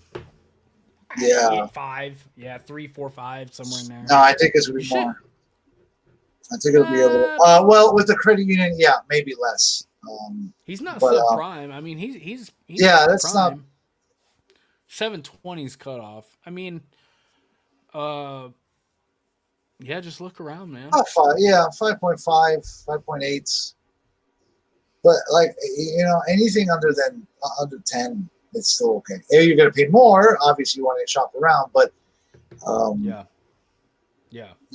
interest rates. Force I know I'm like a broken record, but Force Hobbies brought up it's for a new car loan. Yeah. I mean, those are going to be lower credit unions. Yeah, because with a car with 0 miles on it, they see as a more opportunity if something does go wrong. There's a much more likelihood that they're going to be able to get their money back out of it. So you're going to have a lot easier time going. Exactly. Yeah, the repo has higher value wholesale. Correct. Yep. No, yeah. I think as far as this Demon goes, I think it's going to be. I don't think that It's all going to depend on the markups because they are varying a lot. If you can get one for 25K over sticker, I don't even know if I do it. I don't even know if I would do it, honestly, because here's the thing: there's too many of them. It's a drag car, man. It's a drag car. I would love that aspect. Oh, I will, because I'm waiting on stage 3 kits. I want to get my my Super Select to 1,000 horsepower. If not that, then it's Hennessy. But this thing doesn't have any sound deadening material in it. It doesn't have. I mean, it's going to be a rougher riding car. I think the brakes are smaller in it. Yeah, well, the Demons had the same smaller 4 pistons, just like the Super Stock. That's the same, but it doesn't go the lengths the Z28 did, with the thinner glass, with the thinner sheeting. I mean, that car was made to be as one speaker. Efficient. Yeah, one speaker out if you had it, because it was an option, the radio. Otherwise, you had a plastic thing. Yeah, I wanted no air conditioning. No. Exactly. Screw all that. It had power windows because they didn't have a manual option. Yeah, that's the Demon doesn't do any of that kind of stuff. It does bonkers stuff, and that's why we love Dodge in general. It does the pops and wheelie. It's brute force. We're not going to engineer. Yeah, it's and that's what we love. But let us order the damn thing and don't do it at the end as a teaser. That's the problem we have. So what am I going to think? I think the dealers need their balls suit off. Is what I think. I think that there should be laws against this. I'm all for capitalism, but this is just straight up. I don't go that far because I actually believe that this is going to bite them in the butt in the future. And if Dodge doesn't want to address it, then Dodge loses a sale. That's the consequence of their choice. Because guess what? We don't buy it. We still have some options for now until they force us into handcuffs and easy bugs and all that. But capitalist, or I don't even like using the term anymore. In a free market society, it's there's consequences. Now Dodge has this reputation of chasing after big markup sales and all that. And most people are not interested in that because even if I buy a Demon at Sticker, everywhere I go, every video I do with the car, guess what? People will assume that he's just saying he got it MSRP, but we know he's a dummy and spent 200K markup, right? Bingo. That's what they'll say. So I can't use it. I'm viewing you as a dumbass for paying that much over Sticker. Yeah. Like this guy's a freaking chump. Yeah, I mean, they saw you money coming. than sense. Yeah. Well, okay, more mean, money than it's more not money bragging than rights to me. brains, more money than brains, or more money than time left on this planet. I will give those guys a pass. Like, you got cancer, you got whatever. It's like, go for it, buddy. Enjoy life. What can I tell you? I'm okay with that. But I just can't see paying $500,000 because I think 200 to 300 is going to be the average asking markup, and I think that's going to be the average. Rather get a Ford GT for that money. Ford GT, yeah, they're going up in value. It's a fun car if you can fit in it, because I don't think I can fit in the GT. I'm gonna tell you what, I'm really happy with my ZL1. I'm not kidding. You get 900 horsepower in that car, and it can handle it no problem. And I mean, well, I'm starting to think if it's not a sixth, fifth Z28. Yeah. Yeah, it's a little bigger. See, that my problem is I ordered this car in January and then I paid for it in February. So I was making payments on a car I didn't have. And then it was like March or April, I came across a 2015 Z28. And I made a short on it, and I couldn't get out of the deal that I was in. Otherwise, right now, I would have a 2015 Z28, and it was a white one. It was perfect. Everything that I wanted. It had AC, had all that. And I think it was like $59,000. And it was, yeah. The houses are something different. That's a different conversation for. Although I should say, because I know where he lives, right? So in our area, they're going up, but in other areas they're going I'm eyeballing this one property up in Wyoming. It literally has a train car on the property, like a giant warehouse and lifts, like for I want that, and a separate house. And now it was at what, 750, and now it's at 600. 1 year to the next, nobody's buying it. So in those kinds of areas, it's going down, right? If you look it up online, if you go to Illinois, there are mansion after mansion after mansion that's abandoned, sitting empty. Yeah, the McMansions. Yep. No, I mean like literally mansions, like 10,000 square foot homes on acreages property, just sitting empty, and they're falling apart and going to shit because people just can't afford them. The bank repossessed them. There's not enough people anymore. So there's not enough people in that market. Yes. And you're seeing the prices go up in regular houses like I'm in, right? Because there's more people now in that segment, and while they're a bit above average in income, they're raising the price up because they're thinking of what is it going to cost to heat? What is it? Those kinds of questions. Yeah. That's exactly right. It was me, myself, and I. He's heading out, so see you, man. All right, bud. Have a good night, buddy. Road Test TV with the 28 Demons trading at a stable 150 to 170K with low miles. Would you pay 150 for a? Yeah, that's a good question too. I would go with the 18. If you're thinking again, I'm putting my speculator, investing, that kind of hat on. I would get as a car guy as well as investor. I would get the 18 because if it has low miles, that means I can put some miles on it and nobody notices. If it's got 400, 500 miles, what's another car shows that I take it out to, Or if you right? keep the miles off of it, that's more. That's going to be more It, value that it's going up. it ain't gonna make that much of a difference if it's 1,100 miles or 1,250 miles, right? So Listen, 100. this is what I like to call Ferrari itis. Nah, They, the no they, mileage. they, yeah, and they want it all original and everything's and I want my wife to be a virgin again, and I just wanted you to, and it's like, Oh, okay. you guys, Who wouldn't? But yeah, right. well, I'll But give him that. it's like, there comes a point where it's like, I'm with Alex. I would probably take the 2018. Actually, I'll be honest with you. I'd pass on both. Go buy a red eye. I would put it on E85 myself, and I would go have all the fun I wanted with it and not worry about it because I would get it at a good price, and it would be just as fast the same. For me, the E85 is kind of a no go from the start because all the pieces of junk I got, like all the old cars, I can only drive so many, right? So what do I do with a car that's going to sit for 4 months until I get to it with E85 and all the fuel lines? It starts rotting, and that's for me. Run it low. Well, I have to run it only with gas, and at that point, like, it's going to not be an E85 car. You know what I mean? Like, just because I don't have where to keep my cars in a enclosed, all of them, right?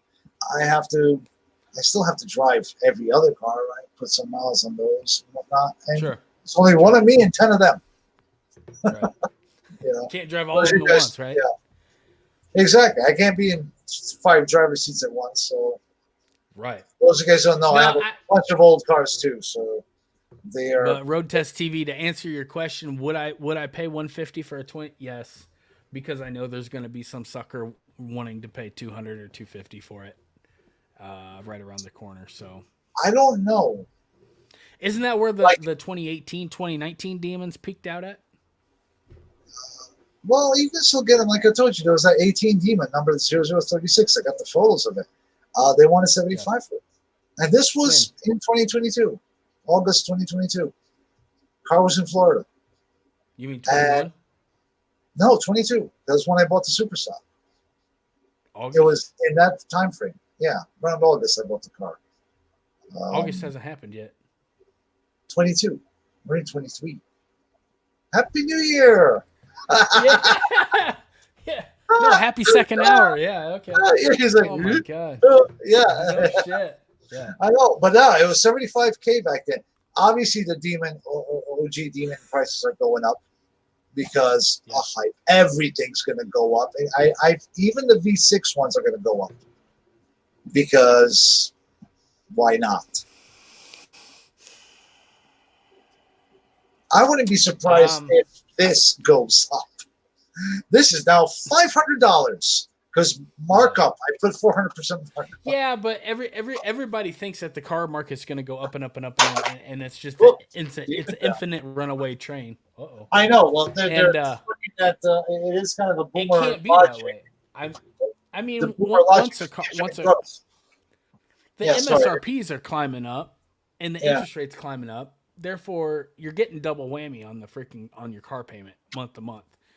And the what the average household brings in every year. Yeah. Good night, bud. See you next one. People can't keep up with it, so therefore it's gonna have to bring the prices down. Because that's why you're seeing. What's that? Discretionary income's going down. Yes. So we all feel it. Go ahead. We all feel it. But we have to cut. But I mean, that's why you have so many cars sitting on lots now. That's why the inventory, the days out or whatever they call it.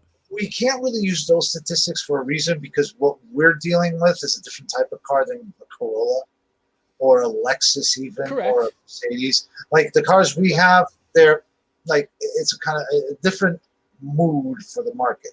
Yes, there's more of them, right? But even though it's like you go to a local dealership, right?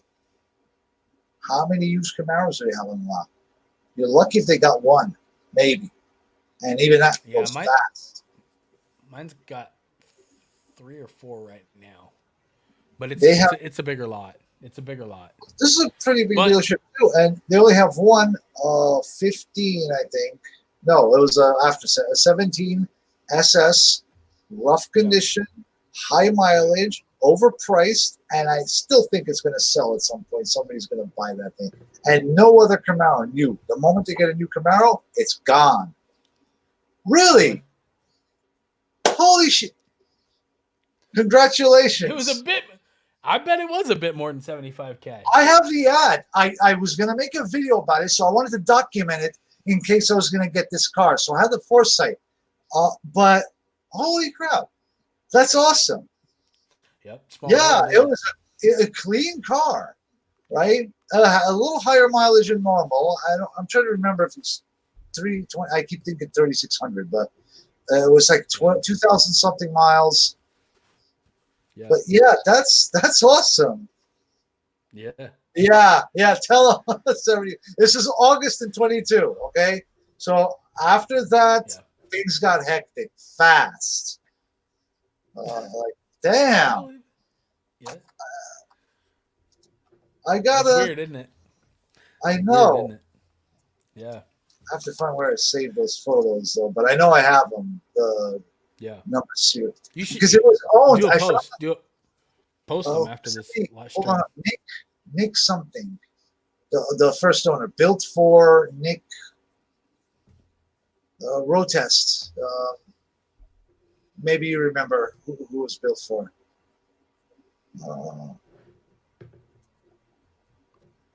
Yeah, that's always not a bad move. But I was looking at a couple of chargers. The prices have gone up so crazy. You're getting screwed there too. Yeah. And there will never be any more of those. Never. Well, And the parts are getting absolutely ridiculous to find. Get ridiculously hard to find. Rotest. He was one of the engineers with SRT that worked on the Demon. So Nick something his name was, and I like I said, I wrote this all up in probably one of my script folders that I don't know if I'd put that out here online. Well, no, it was public knowledge, right? The guy's position. Yeah, and he worked for Dodge, worked for SRT, one of the Demon engineers, and they all had Demons. They all came into work with the Demon. That was kind of like the thing, and obviously they moved on, and the car was sold and whatnot. But yeah, that's so cool that Post it. Post those pictures. So, yeah, I have a channel email, Rotest. Send me an email. I'll respond whenever I find the photos to show. You still get a kick out of it,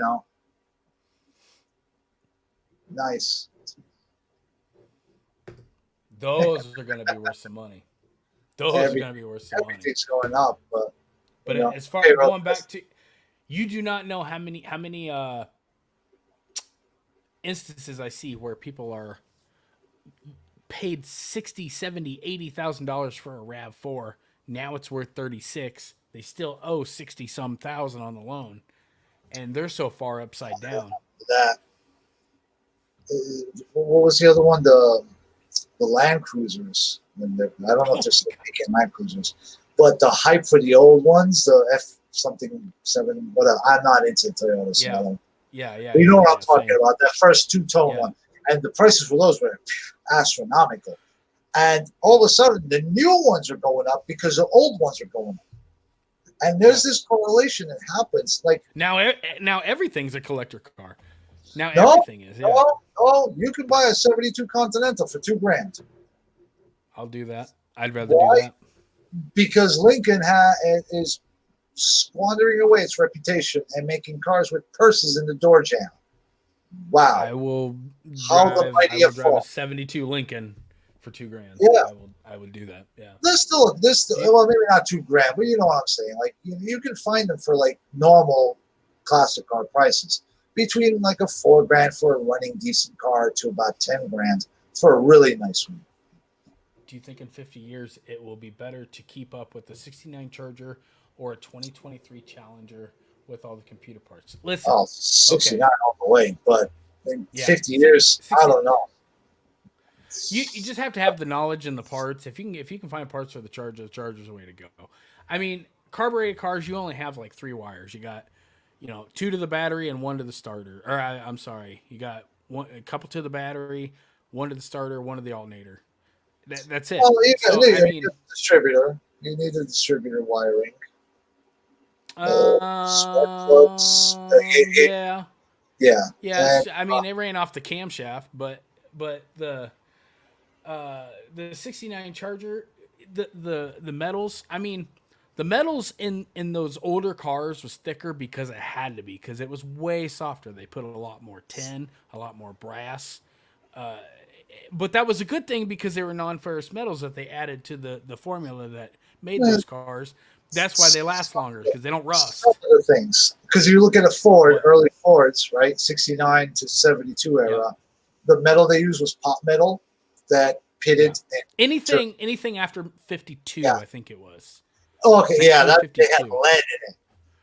Lead. Oh man, yeah. And like my 72 has lacquer paint with lead in it. That's why it lasted 50 years.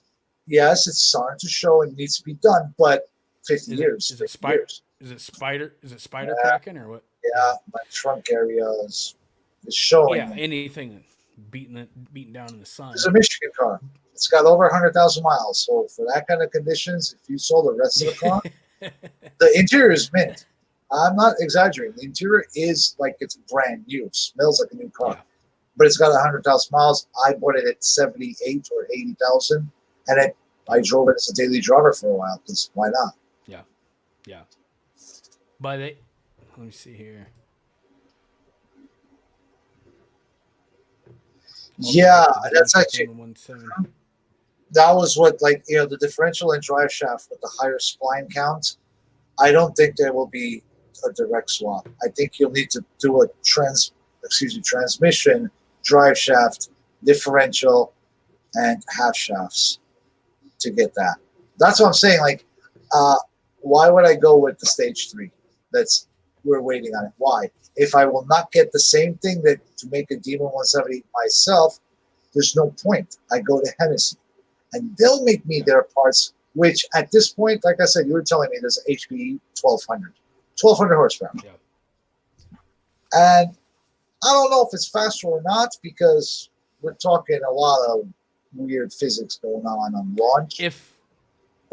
If he's anywhere near the Midwest, Kansas City Killer Performance will build some badass Dodges. They do a lot of domestics if you need another shop.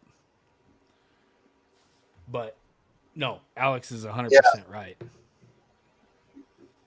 Yeah, we'll see what Dodge offers and whatnot, There you go. Looks like you're gonna be getting a few emails. Nice. Everybody emails me, and I'm okay with that. Just in case I don't answer like immediately. I've been known to answer a week later. I get busy. What can I say? But I always answer. I'm at the point where I said it. I answer all my comments, answer every email, and I sometimes ramble. So get ready to read. Yes. So, I mean, I just want to touch base on this one last time before we wrap this up.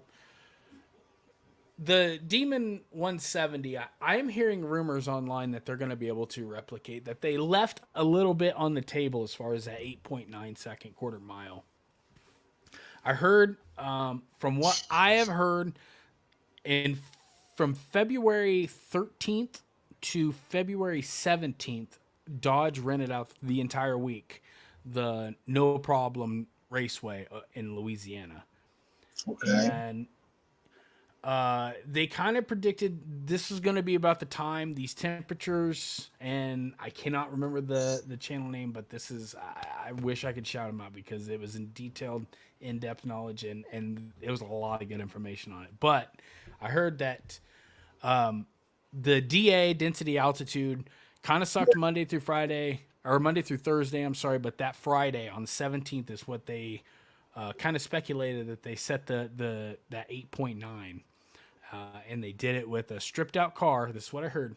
Did it with the stripped out car when the DA was like absolute perfect. I think it was like 1500 below. Temperatures were nice and low, so the air was going to be nice and dense. And that's when they ran the 8.9 and set the 1.66, and that's when they set all the records. Well, was on February 17th. So 1.6 is actually, I think, 1.8 because they do a rolling start. Yes, so 1 foot rollout. Which is okay in drag racing, but in 0 to 60 terms, nobody does that, and it's a little cheaty, but it's still fast. Like there's no point in trying to. I don't know. They're going after the stupid plat, which is like I don't care. Like it's a different thing. Yeah, this is another thing too. Like when you release all these crate engines, it's like you're hoping that that's going to be it. And I bet you that Mr. J. Sorry, I was waiting for it. I'm not the only one that's bad with names. I should be able to because I speak a bunch of languages. I should be able to know, but I don't like whatever. Chisneros. Okay. You watched RT Life's video, didn't you? Right? Because he was all about the 1500 horsepower car. The Demon was going to be 1500, and so convinced. And I'm like, well, okay, whatever. I was wrong too. So, but my video's still up. Zing. Hey, Robin's racing, Right. So I think you killed it with that video. I don't think you were that far off. And actually, I think on all your formulas, you were actually on. I just think that throughout the one with the blower was the one where I was probably most off because I have a feeling they also did a dual meaning. So 3.02 could have been the intake diameter. I mean the pulley diameter, but it also is the exhaust diameter. And I was like, well, let's do this. Throw people off, or if people get it, we shift it. Oh no, I actually meant that. I could have been it, but there. I don't think they were that smart, to be honest. I just thought that they said, like exhaust is exhaling. I was blowing through the freaking. Oh, if somebody screenshots that, that's a terrible shot. Do not do that. But yeah, like exhaling is exhaust, not intake. Like it's just, I don't know. But I was also trying to go for numbers that also made sense of double checking. So that's why that number was the most off, which was my horsepower. But torque, I was on the torque. Yeah, you were on the torque. And on the ethanol that I was calculating on. And I could have gotten it even more precise by actually doing the physics with the length of the what do you call it? The stroke.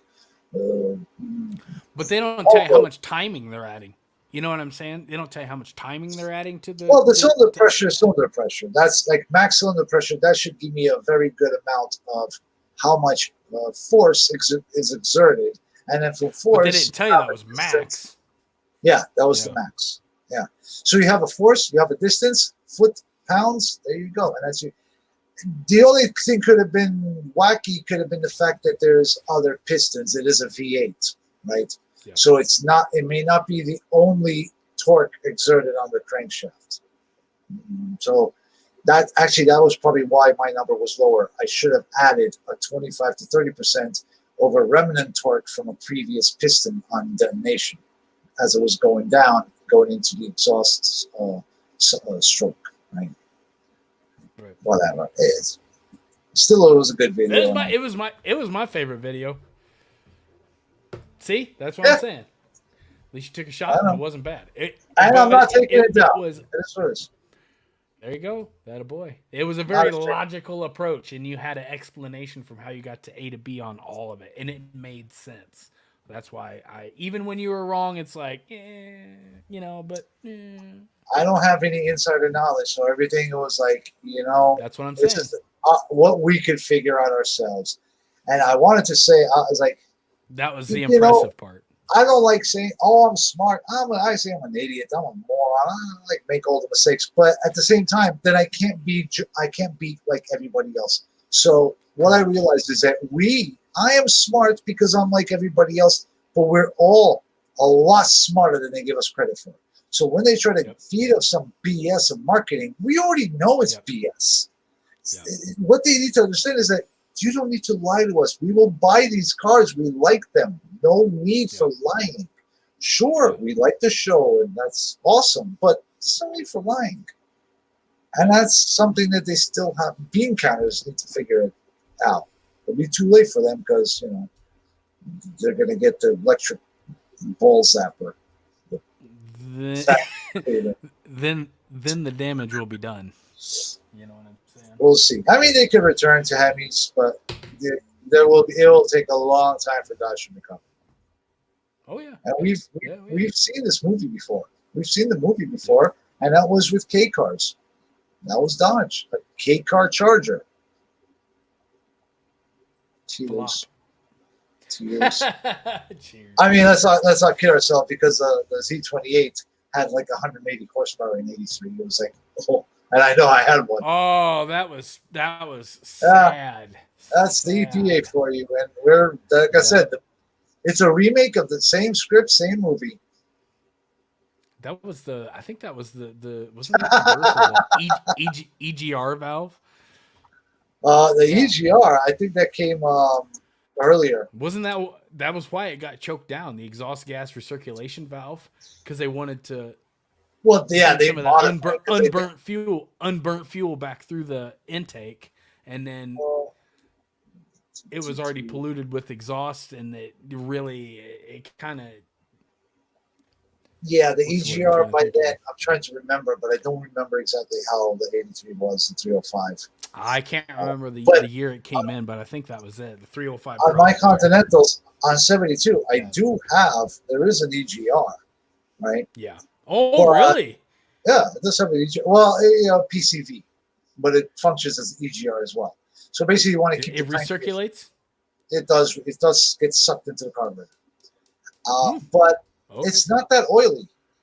It's one of the reasons why I don't believe in a catch can, but we can save that topic for another time. So that means you got to subscribe here, and you better subscribe to my channel too, because I will be doing stuff, and eventually I will talk about catch cans, why I don't believe in them. Also, For there's Mopars, another, big thing, Mopars. there's a lot of Deem hype that is there's some overlap carrying over into the 2024 Camaro, the collector's edition, that I think we need to do another live stream on too. So maybe we'll save all that for another stream another time. Yeah, and well, we'll see. There could be a lot of news happening because the world is moving fast. You wake up tomorrow, it's a different world. Yeah, so we'll see. 24 is going to be. Sir? Now, I will say this. What? Go ahead. 2024 Camaros, the ones that will go up in value, will be the orange ones.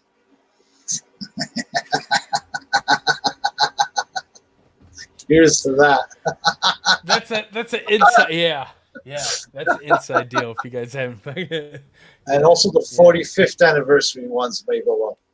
45th. What? Oh, yeah. 'Cause those who know. Oh, I know. Oh, yeah. Well, sir, I think I'm gonna have to call it. Yeah. I got some other stuff I gotta attend to. I do appreciate you taking your time out of your night to join us for a live stream. It's a pleasure being here. You guys go check him out. Rip Roaring Garage. Alex, email him, hit up his videos, Oil is thicker than blood. subscribe, do all that. You guys have a good night. Take care. See you, and, yeah, we'll catch you guys on the next one. Thank you, everybody. We'll see you guys. Take care, guys.